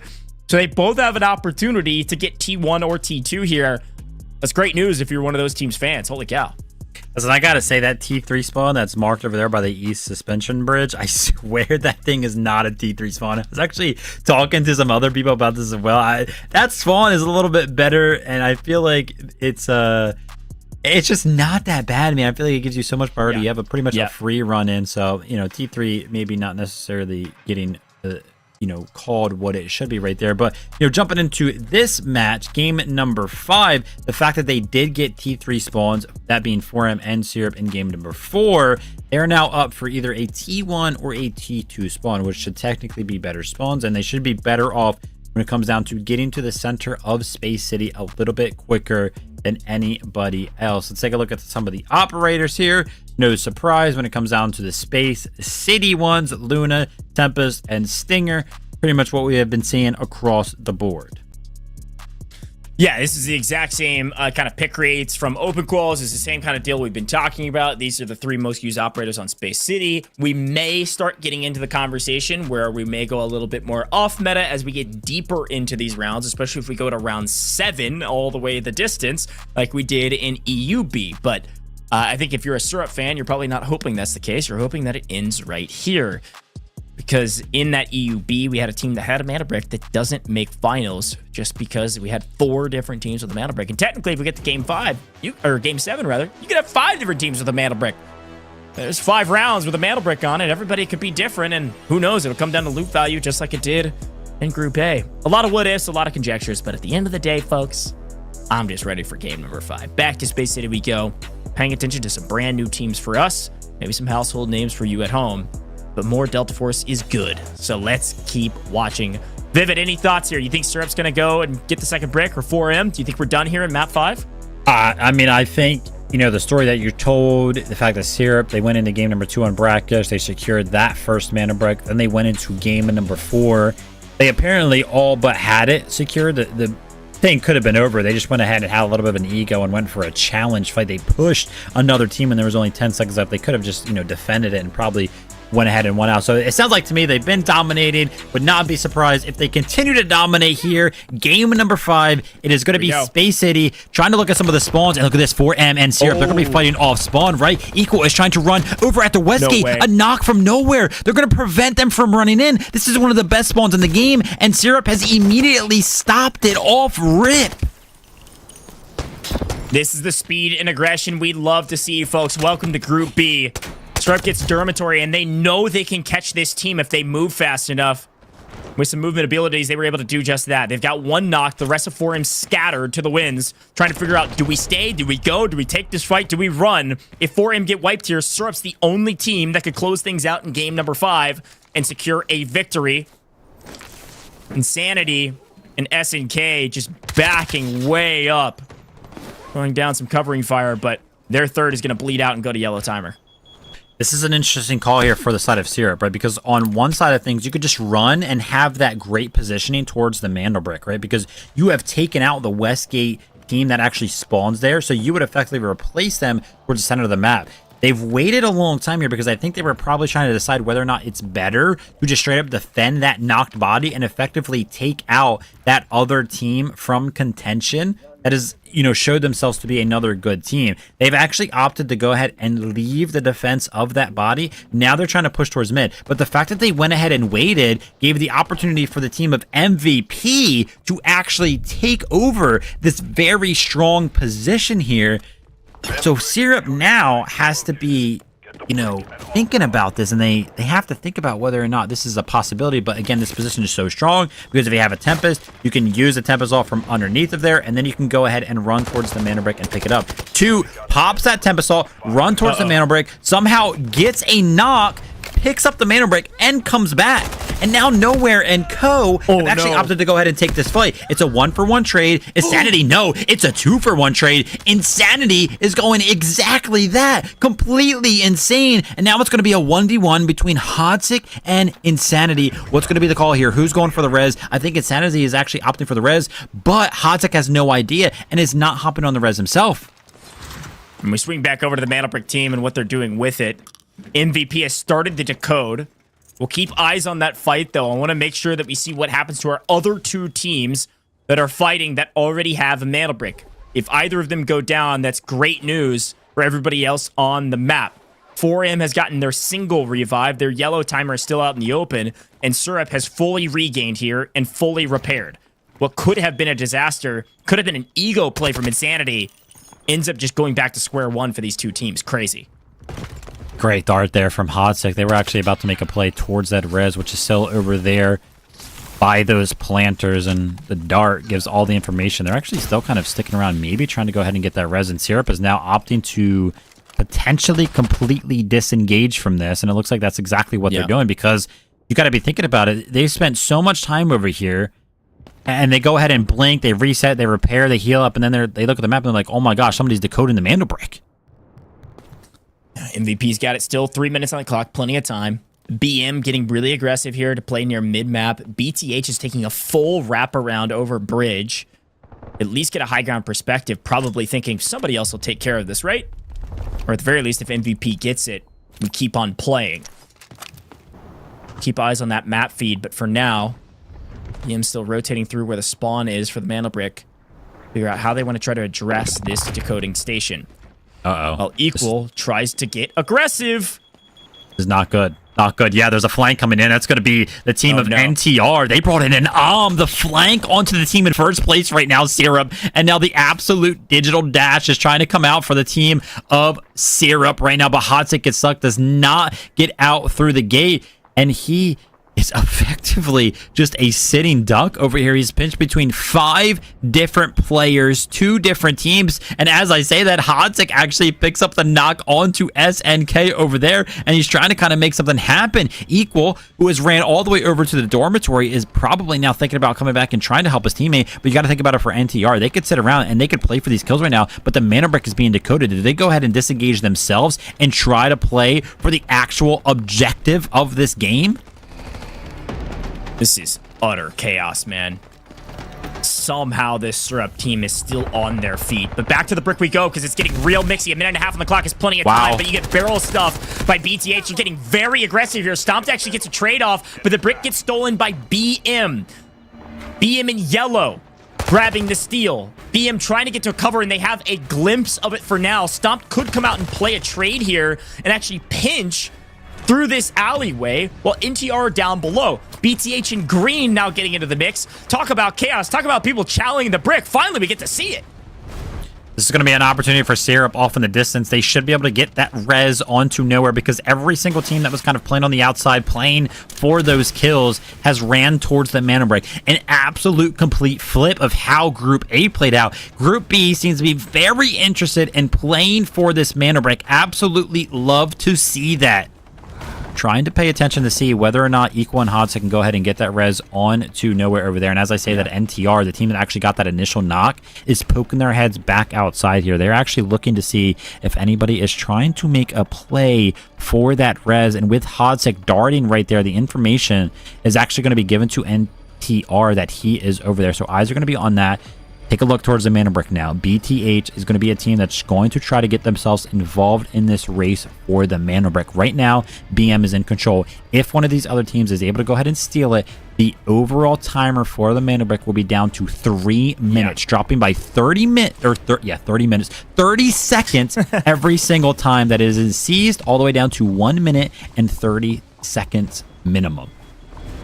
Key factor, though, BM technically have possession. They have no eyes on the brick right now. They went back for a res. They just bought time for the lobby. So this is basically a free steal. All teams are thinking somebody's got eyes on it, right? Nope. BTH comes in, steals it, resets the clock. 3 minutes now with BTH on the brick, 2 off onto the ramp side. Everybody else inside the building, with BM back where the Mandlebrick spawns. A fight ensuing. Stomp gets barrel stuffed and gets no scope potentially, or maybe a quick scope. Either way you look at it, a sniper to the face. Down goes one, and MVP trying to figure out where their opponents are, and they do trade one out. NTR actually down to a solo. MVP as a duo, and MVP take down NTR. They are out of the equation, but chaos on the brick as BM goes back for a retake and a re-steal. BM now have possession, 2.5 minutes on the clock. Yeah, Tabastal being awesome right now. I'm taking a look over towards the left side of the screen. I I see 3 of those heads lit up over there, which means that Nowhere did get res. Syrup, the team in first place, the dominant team of Group B, is now a full trio.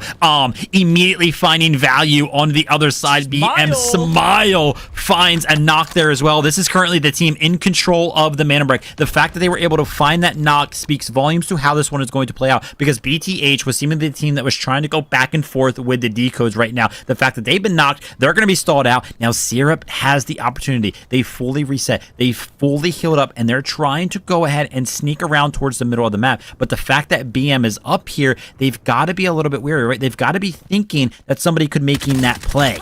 Nice find. 4M getting into the mix is just Insanity alive. Both of his teammates were on yellow timer, and they've fully timed out. Insanity's going to have to be a solo playing spoiler, and right now the only thing he's playing spoiler to is BTH's chances of getting into the mix. That's a double knockdown for Insanity with that well-placed nade. A 1v1 on ramp side.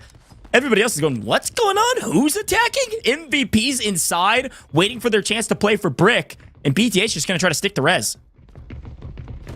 Yeah, he's just waiting for the util to come back up. The shock is going to do so much damage. It's going to flush him out. The reknock is going to come in all but instantly. It actually doesn't. Somehow that player is alive right next to a shock dart. How in the world was he alive? MVP 2-2 again on that Tempest. Goes on to the Mandlebrick. Gets the decode. 2 minutes is what the timer is at right now. It is very, very low. Anything can kind of happen. Worm Insanity is just playing spoiler. Pretty much holding this team by himself 1v3 into a corner. They have no idea that it's a solo. Well, and they're fully trapped here, just eating nades over and over again, because Insanity's holding ramp, but MVP's holding the interior building overlooking the alley. MVP's taking Brick. We're at a 2-minute timer, which means next steal goes to 90 seconds. That is minimum. Every steal from then on out will be 90 seconds back on the clock. Trading up blows, and, well, there's BM finally getting mixy. They actually take down Insanity, wrapping all the way to ramp after playing with Smile with the AWM over mid. What happened to Smile? It looks like Syrup happened. Syrup back on their feet, has wrapped all the way through mid-map, taken down Smile, and taken over a power position around this point. Syrup goes for the steal, and they're going to get it for nearly free. MVP should be peeking here shortly, but we got a Tempest. Equal plays, perfect play. They've held down Smile, they've held down mid, and they've reset the timer back to 90 seconds. It can't go lower, and currently Syrup in a pretty powerful position, albeit they don't have Overwatch of the entire alleyway.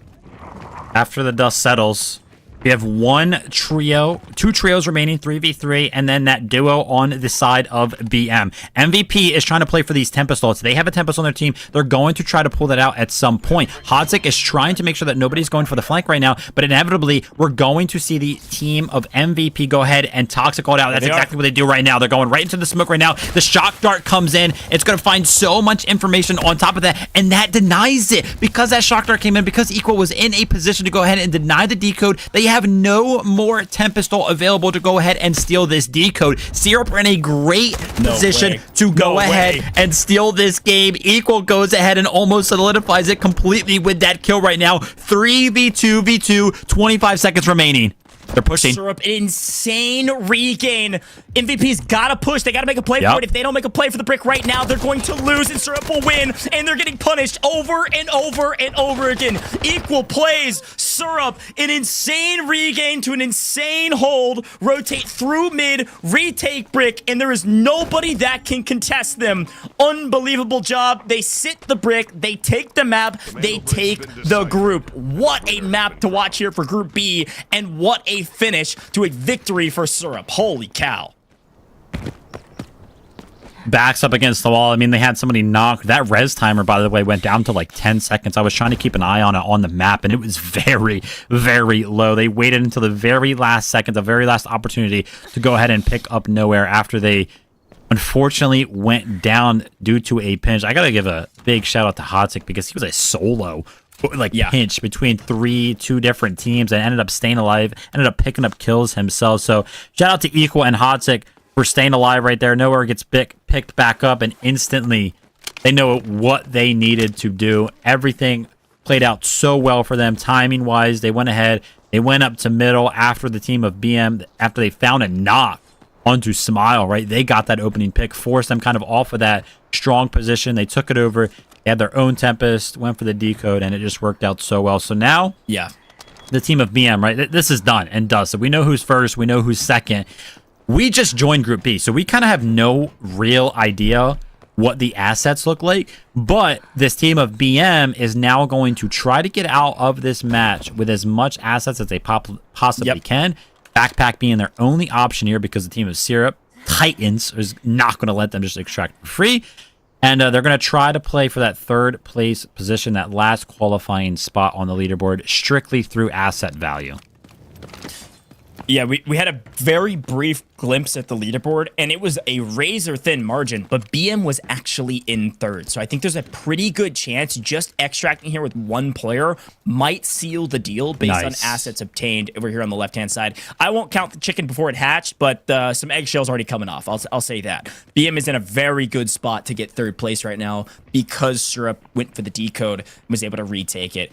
Just really calm, cool, and collected plays from Hodsik. I mean, that is an experienced player in multiple esports, comes over to Delta Force, has thousands of hours in the game with these gentlemen, and just a really well done being cold, just having ice in the veins in a very tough position. Didn't push too aggressively, played it nice and slow, and was able to get the revives. And then the best thing that this team did was rotate back to mid-map. Once they rotated to mid-map, pushed Smile and the rest of BM off mid-map, they knew that they had cleared out the full left-hand side of the map and could actually play over the top of the boxes. And then I said, well, we don't have an Overwatch position, but immediately they knew no one's going to shoot us in the back, so we're going to climb over the top and play aggressively onto the point, which is exactly what they needed to do. Just really well executed from Syrup, and they're going to try to clean up the rest of this map, but I'm pretty impressed from this roster. Super clean stuff. We got to watch one game from them, and you know, just hearing how everything kind of went in the rest of the games. This team just looks so good. And yeah, the celebration kind of coming in now, the victory lap. They did find that last kill there, but you know, again, it effectively meant absolutely nothing. 3 minutes remaining until this match goes ahead and closes out. Again, this is all done and dusted. They got first place. Dominant fashion. And this just makes me so excited. You know what I mean? Like, obviously they've qualified. We got 6 total teams going to Sunday, earning that qualification. And it makes me excited, right? Because we've seen some dominant performances from multiple teams across different groups. And now on Sunday, they're going to come together in just one lobby. Very, very excited to kind of see how that actually ends up playing out.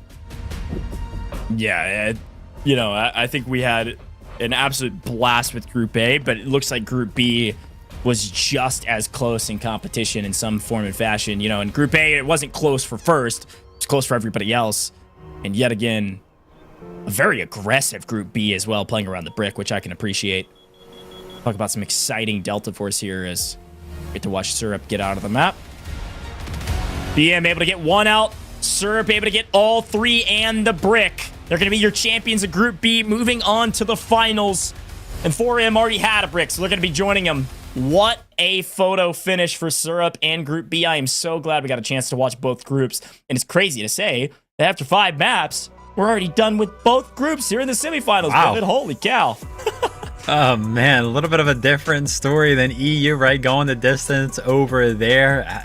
And NA, man, they had something going on later tonight. They wanted to get everything done with. Went ahead and ended things early there. But yeah, incredible how both of our groups ended up playing out, right? One group not really playing for the Mandlebrick. The other group, every single player towards that Mandlebrick. Just crazy stuff across the board.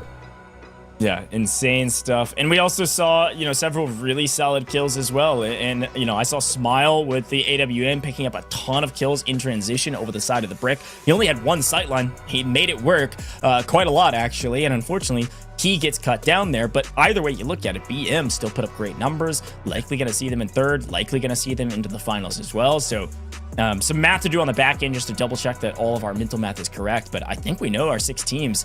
And I think I know that our NA finals is gonna be a banger show, man. Yeah, very, very excited for that. Quick little reminder. This was the semifinals. All 6 of the teams that we keep talking about. Top 3 from Group A, top 3 from Group B. They're going to be joining us on Sunday to play the finals of this thing. That's where they'll actually compete for the prize pool there. $10,000 up for grabs there. Let's take a look at how that one actually ended up playing out. Incredible action off the start. The Mandlebrick was being decoded for the entire length of this game, and so were the kills as they were happening. Big talk of the town here was the fact that Syrup could have went down early on. A lot of knocks on the side of them, and as that was kind of happening, MVP was trying to lock down the decode, but Syrup, they ended up picking it back up, finding kills, and getting the reses that they needed. Yeah, there was some wild action around the brick while that fight was going on with Syrup and Insanity's team. It was crazy stuff as the brick exchanged hands like 4 or 5 times. We got all the way down to the minimum timer on a steal. BTH got into the mix here. Then they played top side of ramp. And BTH actually were in a position to actually play for this brick very well on low timers. But it was Insanity who kept them at bay, of all people, playing as a solo from ramp, basically making sure that BTH couldn't get into the mix. We had a big fight inside, which MVP obviously cleans up. They clean up everything inside. They know they're not going to get shot in the back, so now we play for the brick from inside the building. With a retake here, BTH in trouble. Smile hits the first shot and the cleanup. BTH now in trouble. Insanity's the one that makes them just pinned in the corner while MVP shoots them from a different angle. BTH couldn't get anything going on this map because of this man right here from 4M. Yeah, crazy how this one all played out. They're going to be kicking themselves about this one. It's like so unlucky, man. This solo just surviving for so long eventually ends up getting picked up after BM is kind of forced off the middle.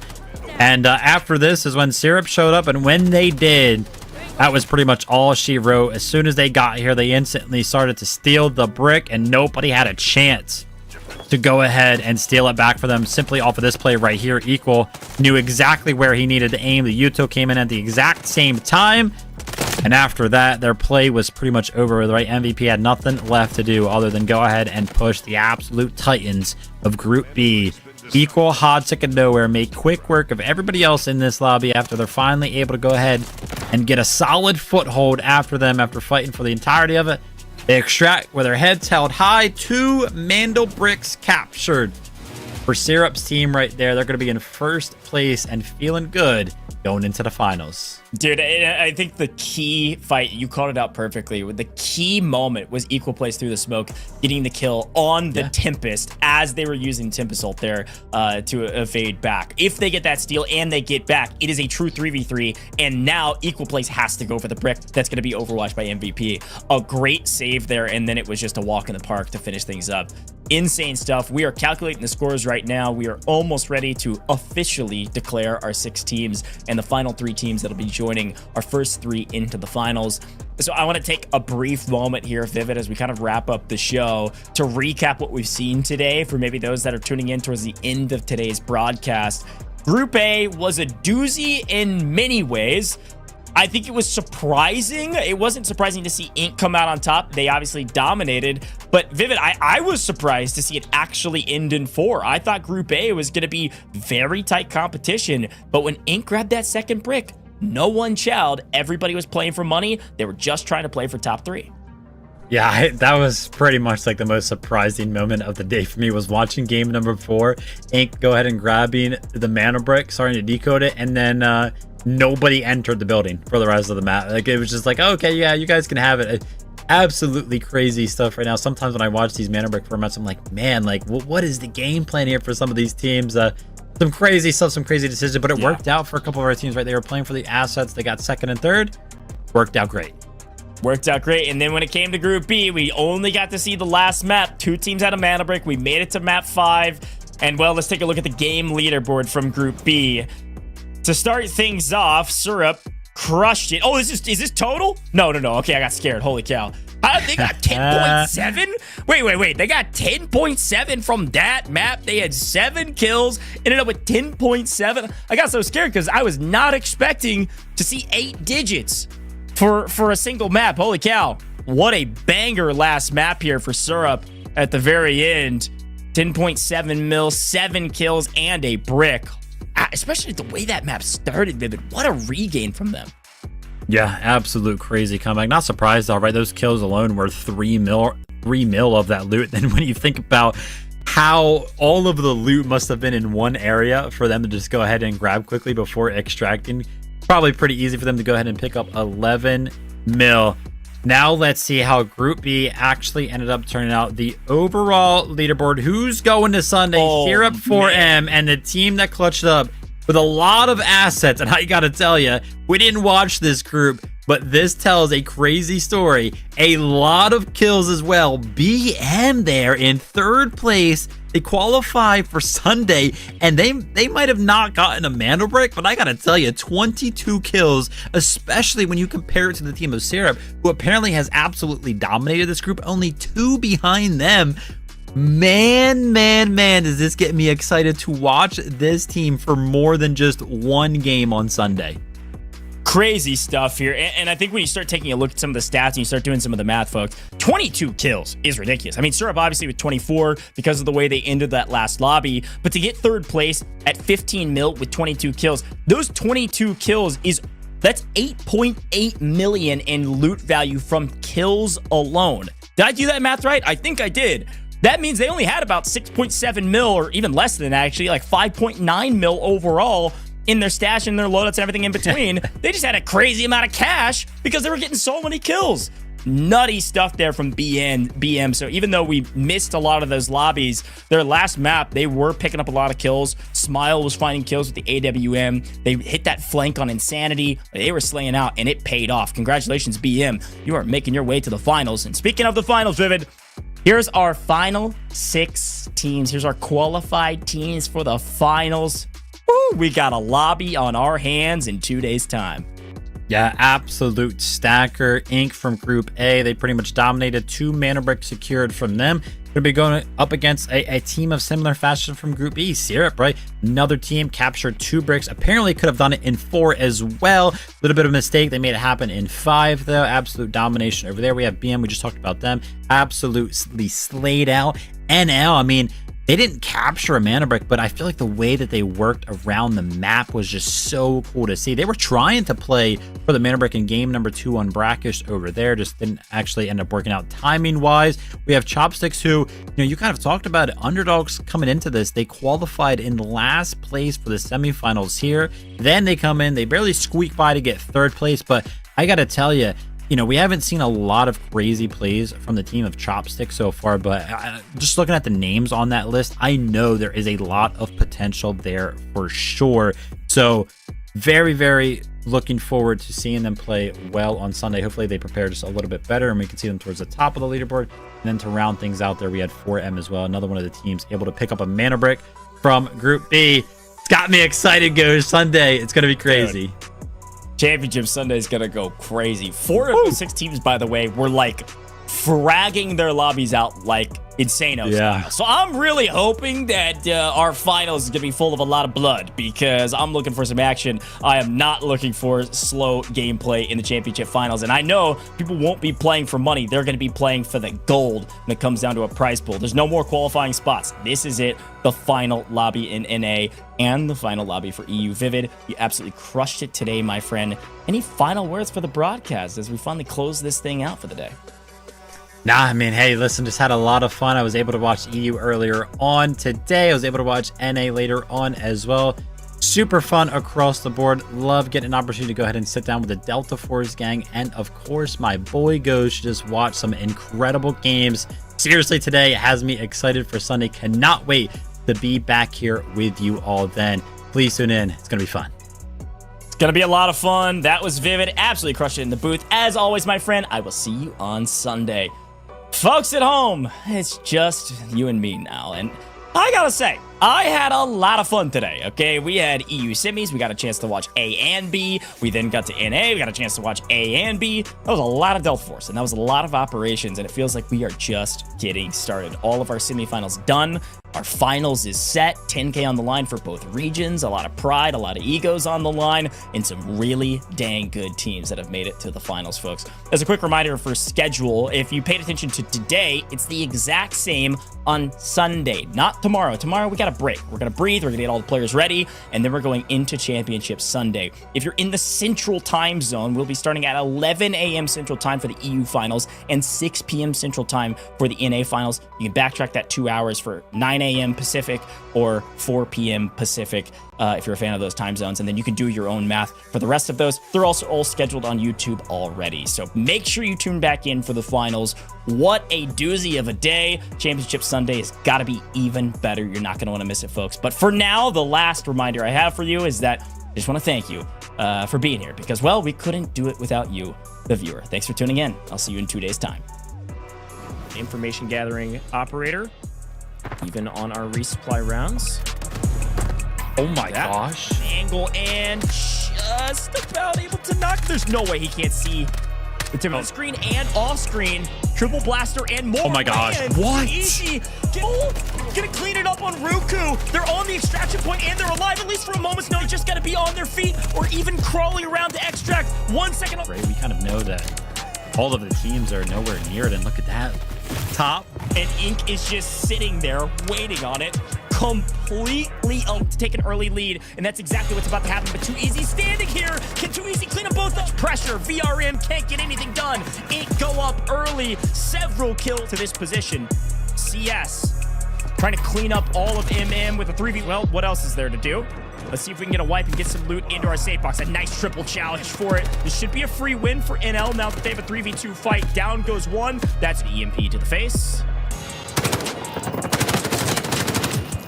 Do with this right now? How can you go ahead and apply the pressure? He's trying to go ahead and listen to see where they're running. The very last second. It's going to be hard to find a damage. Can Grimmy go ahead and find a damage? Deny the extra. The players. The clock. Loco, nice trigger discipline, waiting for a freebie. Gets one.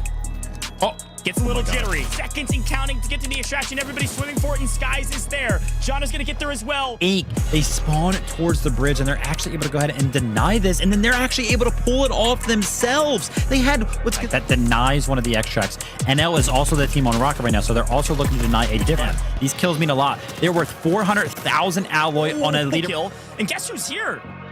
CS is here to play spoiler. A chance that VRM could take third place. Grimmy finds... Go ahead and pad the stats here. Too Easy just runs into the smoke, finds the easy kill right there. And now Nowhere and Co. have actually opted to go ahead and take this fight. It's a 1-for-1 trade. On their feet. But back to the brick we go, because it's getting real mixy. A minute and a half on the clock is plenty of time, but you get barrels to figure out where their opponents are, and they do trade one out. NTR actually down to a solo. MVP is... Right, they've got to be thinking that somebody could making that play. Nice find for playing spoiler. And right now, the only thing he's playing spoiler to is BTH's chances of getting into the mix. That's all the way through mid-map, taking down Smile, and taking over a power position around this point. Syrup goes for the steal, and they're going to get it for nearly free. MVP steal this decode. Syrup are in a great position to go ahead and steal. He's got to push. They got to make a play for it. If they don't make a play for the brick right now, they're going to lose, and Syrup will win the brick. They take the map. They take the group. What a map to watch here for Group B, and what a finish to a victory for Syrup. Holy cow.